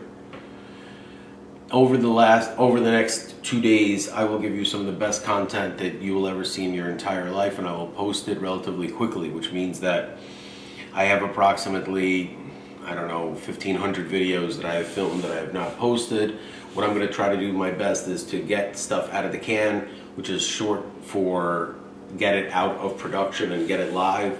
Please understand that at this point, I finally have privacy. My wife is not allowed to watch this channel. There's a restraining order that I was able to get. Believe it or not, I wasn't the one that initiated it, but what it basically says is that I am not allowed to directly address her on YouTube, or my goal is to kind of read these court orders out loud, because one of the most epic things I will ever do for anyone that's ever been in a really, really bad divorce, but love their children and have been left in a really horrible position where they're just left as a loser, meaning it's a lose-lose position, is I will actually address my wife's attorneys on YouTube. I will first address their communications, then I will address to them what a man of code and honor responds with. I'm not going to stoop to their level. I won't insult them. I won't defame them. I won't make anything derogatory. But please, ladies and gentlemen, before I even begin, if you can understand that my wife's current attorney, that is at the heart of a lot of this conflict, and human beings need to take responsibility for their own actions, but there are certain attorneys that have the ability to really exploit a certain situation. This man, Matthew Smora, has fully destroyed what little abilities I had to amicably separate from my wife in order to do what's best for our children, which is be able to have an amicable relationship. This man completely has destroyed this. His name is Matthew Smora. Please, ladies and gentlemen, every human being deserves privacy, but when a human being goes out of their way to make a living on destroying human beings' lives, they must be outed, and they must be stopped from their actions of taking on additional clients and making a living doing something that is extremely horrible. Please remember, I ran the Rittenhouse trial. I ended defund police. I put Bob Menendez in prison. And I've done dozens of other things on behalf of the U.S. government, all based around some of the most complex and historically accurate as well as factually honest. Why on earth would I ever tell the entire world that this man is an absolute horrible human being when it comes in context to being an attorney, a licensed individual that's allowed to represent individuals that are in pain and conflict? This man is not allowed to be doing this. And I will express this to you via facts, rather than making up stories and insulting human beings because they are literally the identical long-lost twin brother of Todd Grizzly. This man, Matthew Smorrow. The reason why I can't make jokes and take cheap shots is that when you are the identical clone of Todd Grizzly, who in current popular culture is one of the most ironically, sadly comical human beings, not just because of his closeted homosexuality that is so evident with every word that comes out of his mouth, but the fact that he was able to create a persona as a public figure while defrauding the US government at the same time. So being made an example of and then being exonerated by President Trump, while at the same time I have no idea what the personal agenda is prior to exactly what has happened, but the sad reality is that this guy Matthew Smorrow did nothing to the world, unlike Todd Grizzly, who has entertained the public for the better part of the last, I don't know, almost 2 decades at this point. Time flies, I assure you. Todd Grizzly I have never met, nor do I know if he's a good human being. This man Matthew Smorrow, not only have I met him, when I describe to you the exact actions this human being, as well as the other attorney that represents my wife, has taken, you see, what they have done is they have silenced Ms. Resnick over here, and they have done this illegally, and they are cowards. So I want to see them go against the man of code and honor, which is me. And this is me standing up on behalf of someone that you guys decided to bully. So now you're going to have to go against me in public. This is not a threat. It's only a threat if you're intimidated by facts. If you're a human being that did the things that I am accusing you of, and I will out you tonight, then yeah, if you are concerned about earning a living by taking people's money and then breaking the law in public, in court, on behalf of people that are not telling the truth, you're very much gonna not enjoy the videos. But please remember, you're not allowed to watch them. That's the whole thing, is that, you see, Ms. Resnick doesn't say a single word, and you're missing it. That even though the court orders are ab initio, non-applicable, completely illegal, and they're exactly my entire case wrapped up prior to the divorce ever starting, you guys made a huge mistake. You fucked with the wrong dad. Digest it. Live it. Own it. Know that I will never ever hurt a single fly, a soul. My goal is to spend the rest of my life with my children. At no time does any violent actions or any predicated threats or any of that fall into a narrative of spending my entire life with my children. But I'm going to repeat myself nice and calm so you can pay attention very calmly. You, the attorneys that have broken the law that you have been appointed to uphold as officers of the court, you have spent a lifetime making a living at destroying lives. Nothing happened other than the fact that you fucked with the wrong dad. Enjoy the rest of the video. You're not going to forget it. Now that they're dry, the mystery of which one is white oak, which one is red oak is pretty much resolved.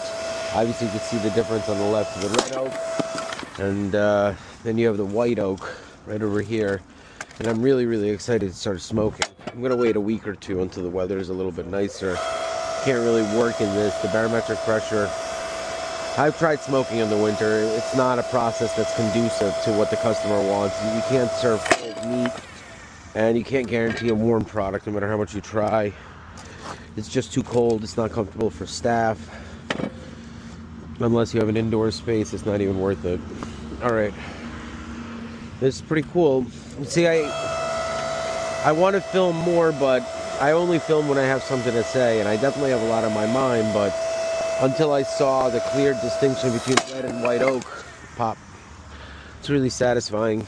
Like I said, I highly recommend this process, but you would have to have a passion. But I don't recommend this process in particular. I recommend everyone finding their own piece of happiness. Oh, there's Miss Resnick. I gotta go. As you can see, we're making progress. Still nothing of where I need it to be, but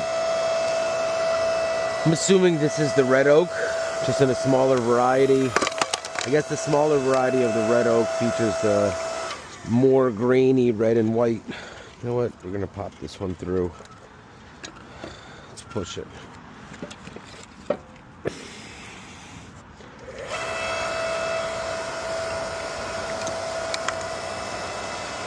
All right. Good enough.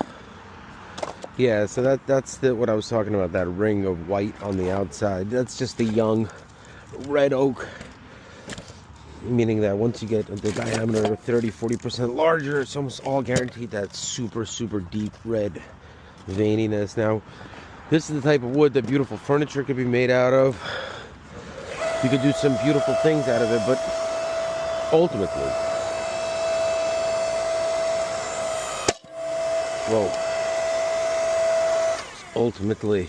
this is the best wood for smoking. And if you have a chimney that requires small wood. And I'll get into all of that, of why this whole thing has just been a veiled attempt to give my boys a gift they wouldn't realize is coming. But it was for next year, and I have a plan now, so whatever. Keep hating on me as I work my ass off doing everything I humanly can. I never knew that I had to prove that I'm Dan Reese's and I did the things I did, but yes I do, and I don't mind doing that. Just want to caution everyone that once you see that I'm telling the truth, I expect an apology, and it'll be reparations, especially if I'm able to prove that I've been telling the truth the whole time. Not only am I a victim, but the negligence is nauseating, and you'll see. It's like, you'll all see. No, I'm kidding. Hey man, look, I'm just splitting firewood, having a good time. I plan on working tonight. I want to see myself make an example out of people that go out on Saturday nights, and I'm sure they earn it, but I work all week also, and my goal is to work tonight because I believe that we live in a very lazy society where people have become beyond lazy to a point where they'll even fight any form of change, of positive change. So tonight, I have a really awesome thing that I'm doing, and I'm going to save it for when I'm in the camera, in the car, because it really is one of those smart ideas.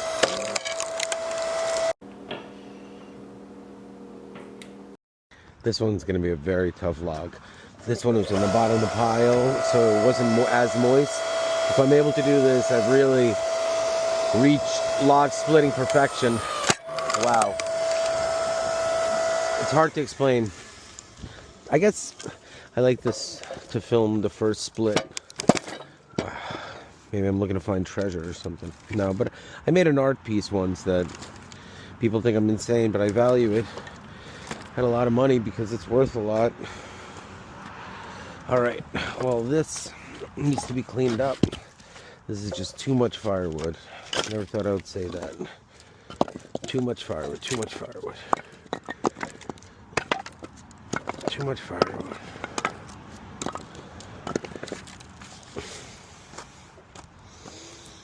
Alright. Wow.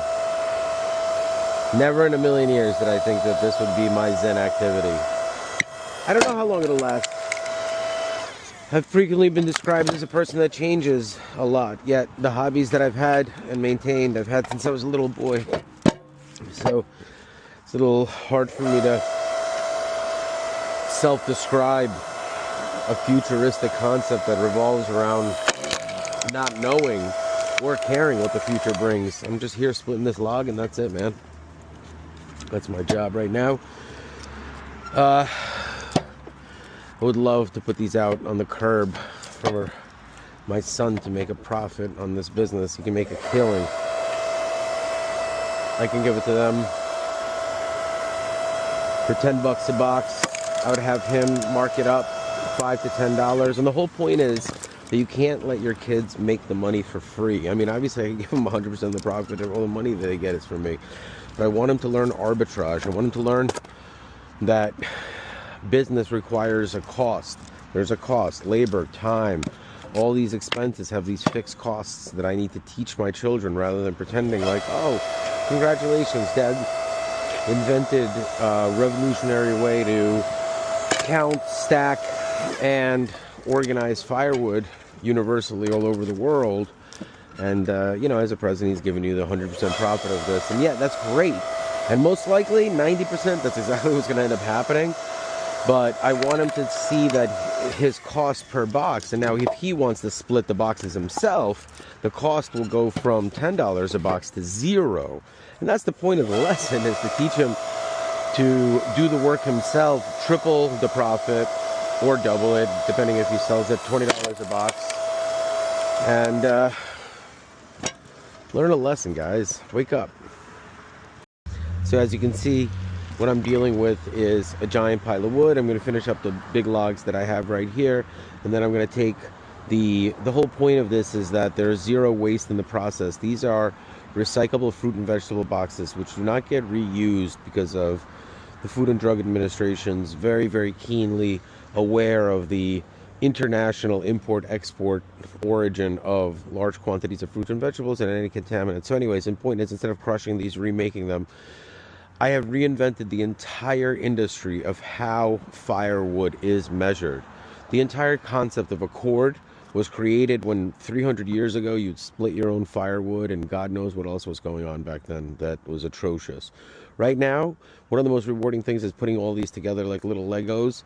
And I'm going to put the big logs with the bigger logs. I'm going to put it together and see exactly how many boxes of firewood does this product. This looks like it's about at least a quarter of a cord. Let's see how many boxes it makes. All right, here we go. I'm going to make it nice and fucking simple for you. Today is the 14th.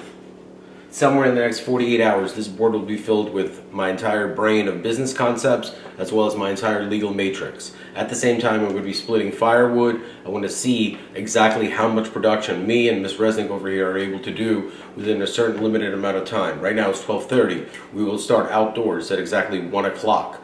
Then we will spend 2 hours working outdoors non-stop, at which point at 3 o'clock, Miss Resnick is probably going to need to eat something. And then we will continue working indoors until 5 p.m. Then from 5 p.m. until sundown, we will work outdoors to finish up the project and see where we are mathematically. That will allow us to gauge time.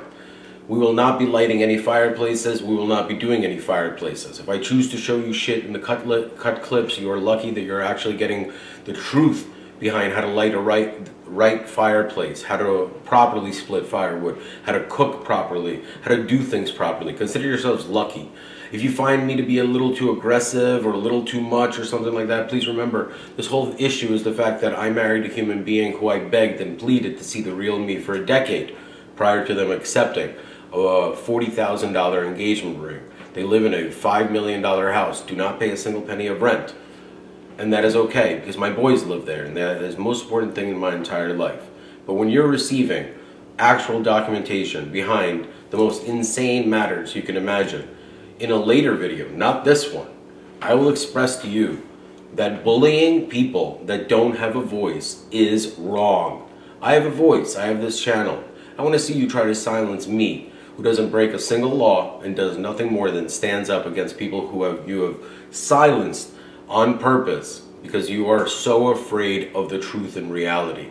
My name is Daniel M. Reeses. What you're going to see in this video is one of the most miraculous things in the entire world. The human being who I will show you is a real human being whose identity I will do everything to protect.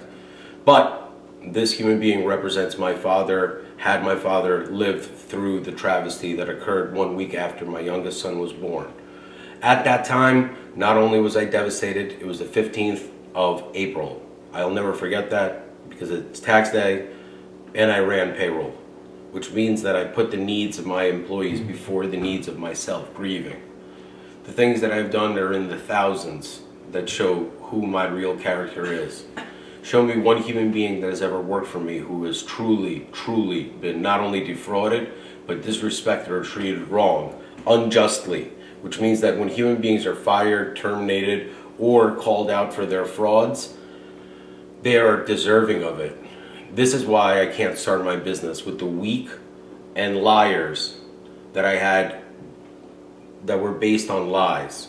When you met me and you met a human being who had a lot of money and you judged me based on that, you made a huge mistake. Because what I did was purposefully allow people to steal my money to see who really loves me, who really is loyal, and how to properly build my businesses. You all completely forgot that I am Daniel M. Reeses, which means that I've done my job very, very well, which means now the bullshit is over. And now that the bullshit is over, I can very, very quickly go through what I need to do because everything is out of my way.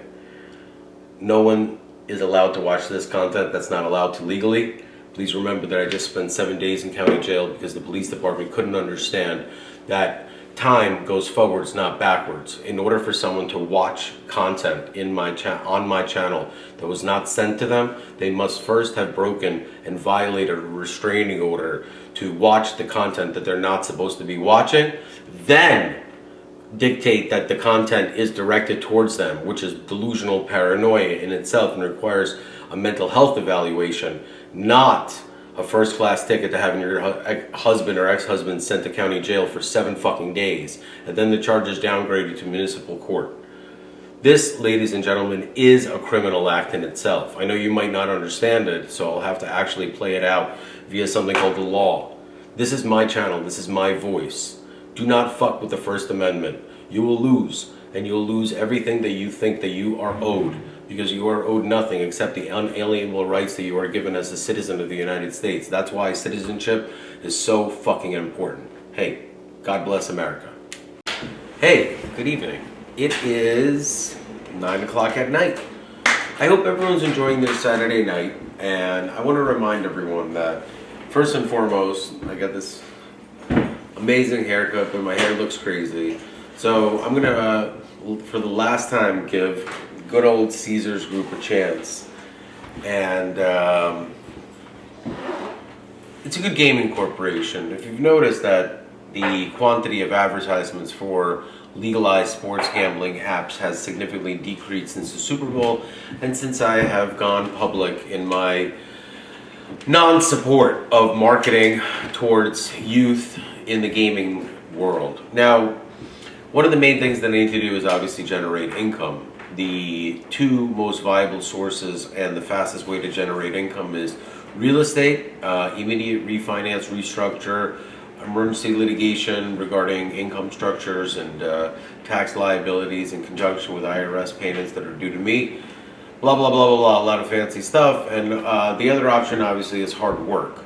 I am not shy of hard work. I love hard work. I also need to find a local location or two for the barbecue business. I've been splitting wood because the most important part of quality smoke and the scalability of the product is consistency. Consistency is it's not a resource, it's a balance point. If you pay attention to the things I say, I will give you a full tutorial of how to be successful as long as you follow your own path, not my path. That's why I'm not a motivational speaker, because I can only motivate one person, Dan Reeses. Hopefully my kids will one day be motivated by this when they see this, that their father's inability to stop working stems around the same concept as the reason why I never was able to get off the horse, because I've been thrown off of horses hundreds of times. But the reason why I never, ever did not get back on the horse, because I never knew that was an option. To me, when I fall off a horse, I have to get back on the horse. Why else would I even be there? Well, short story long, tonight you're going to see me doing manual labor, not just splitting firewood or managing small operations, but really enjoying my ride to the ascension of the mega CEO conglomerate owner that I am. I know exactly who I am and the value that I bring to the table. What I don't know is what people think. So let's see what the audience thinks.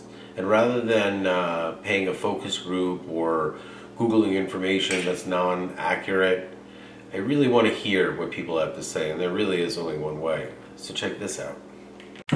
All right, well, this is the final segment for this episode, and I recognize they're a little bit longer than expected, but one of the things you must realize is that right now I have an opportunity to do some of my best work that I've ever done. I find myself illegally and painfully removed from my children's lives by people who don't have the right to do this. That's the part that you don't understand, is that in the United States of America, the people that are doing this will be facing significant jail time, not just penalties, fines, losing legal license. This is a complex white-collar kidnapping. I don't mince my words. I assure you, I am very serious about what's going on. I will produce this content. I will stay up late tonight. I will watch it. I will delete it. I will make sure that it's up tonight, Monday, before Tuesday. Then come Tuesday, Hell Week starts. Hell Week is essentially my description of me talking legally, using the First Amendment, never violating a single law, never violating a single court order, and describing to the world what the U.S. Constitution is all about. Ladies and gentlemen, please enjoy your night. If you're a Dan Reeses fan, you are going to love the next 2 weeks, actually.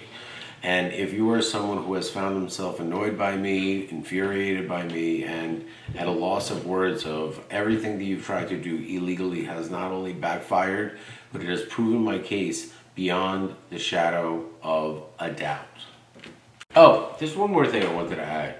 Please, be a little less selfish. Think about the motivation and the positive things that I'm able to do by showing people who have suffered at the hands of bullies, tyrants, and criminals and fraudsters, crogsters. No, realistically, think about the good that I'm doing and the negative aspect of silencing somebody like me whose goal it is to do good, not to do bad. But to silence me is to motivate and to award/reward an abuser and someone who has really benefited for a quarter of a century of my hard work and my kindness. Please, ladies and gentlemen, think about the other few million people that are positively benefiting from receiving the truth, understanding the complexities of the world that we live in, understanding math, science, and everything that I'm able to impart onto the world. And once again, if I say something that offends you, if I say something that scares you, please understand that this is YouTube. This is not the real world. In the real world, I'm a very kind individual. I'm respectful. I speak to people the way I expect to be spoken to, unless you're a liar, collect taxpayer dollars, and a criminal. If you're one of those three things, and God forbid you're two, and then there's the rare category of three, yes, I have a serious problem with you, and I will make sure that it'll be addressed in a legal manner. I have never one time harassed, threatened, or hurt a single individual inside the continental 48 United States, and I'm very proud to hold that record, because as much as you feel that I am some sort of a negative pariah, I pride myself on being able to resolve conflicts using both my brain and words. And that is the true sign of a real gamesman. My gamesmanship can be shown through the fact that I don't play games, I win them. There's a huge difference.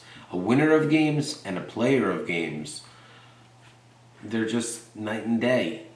And last time I checked, it's almost the middle of the night, which makes me, I guess, the Night King.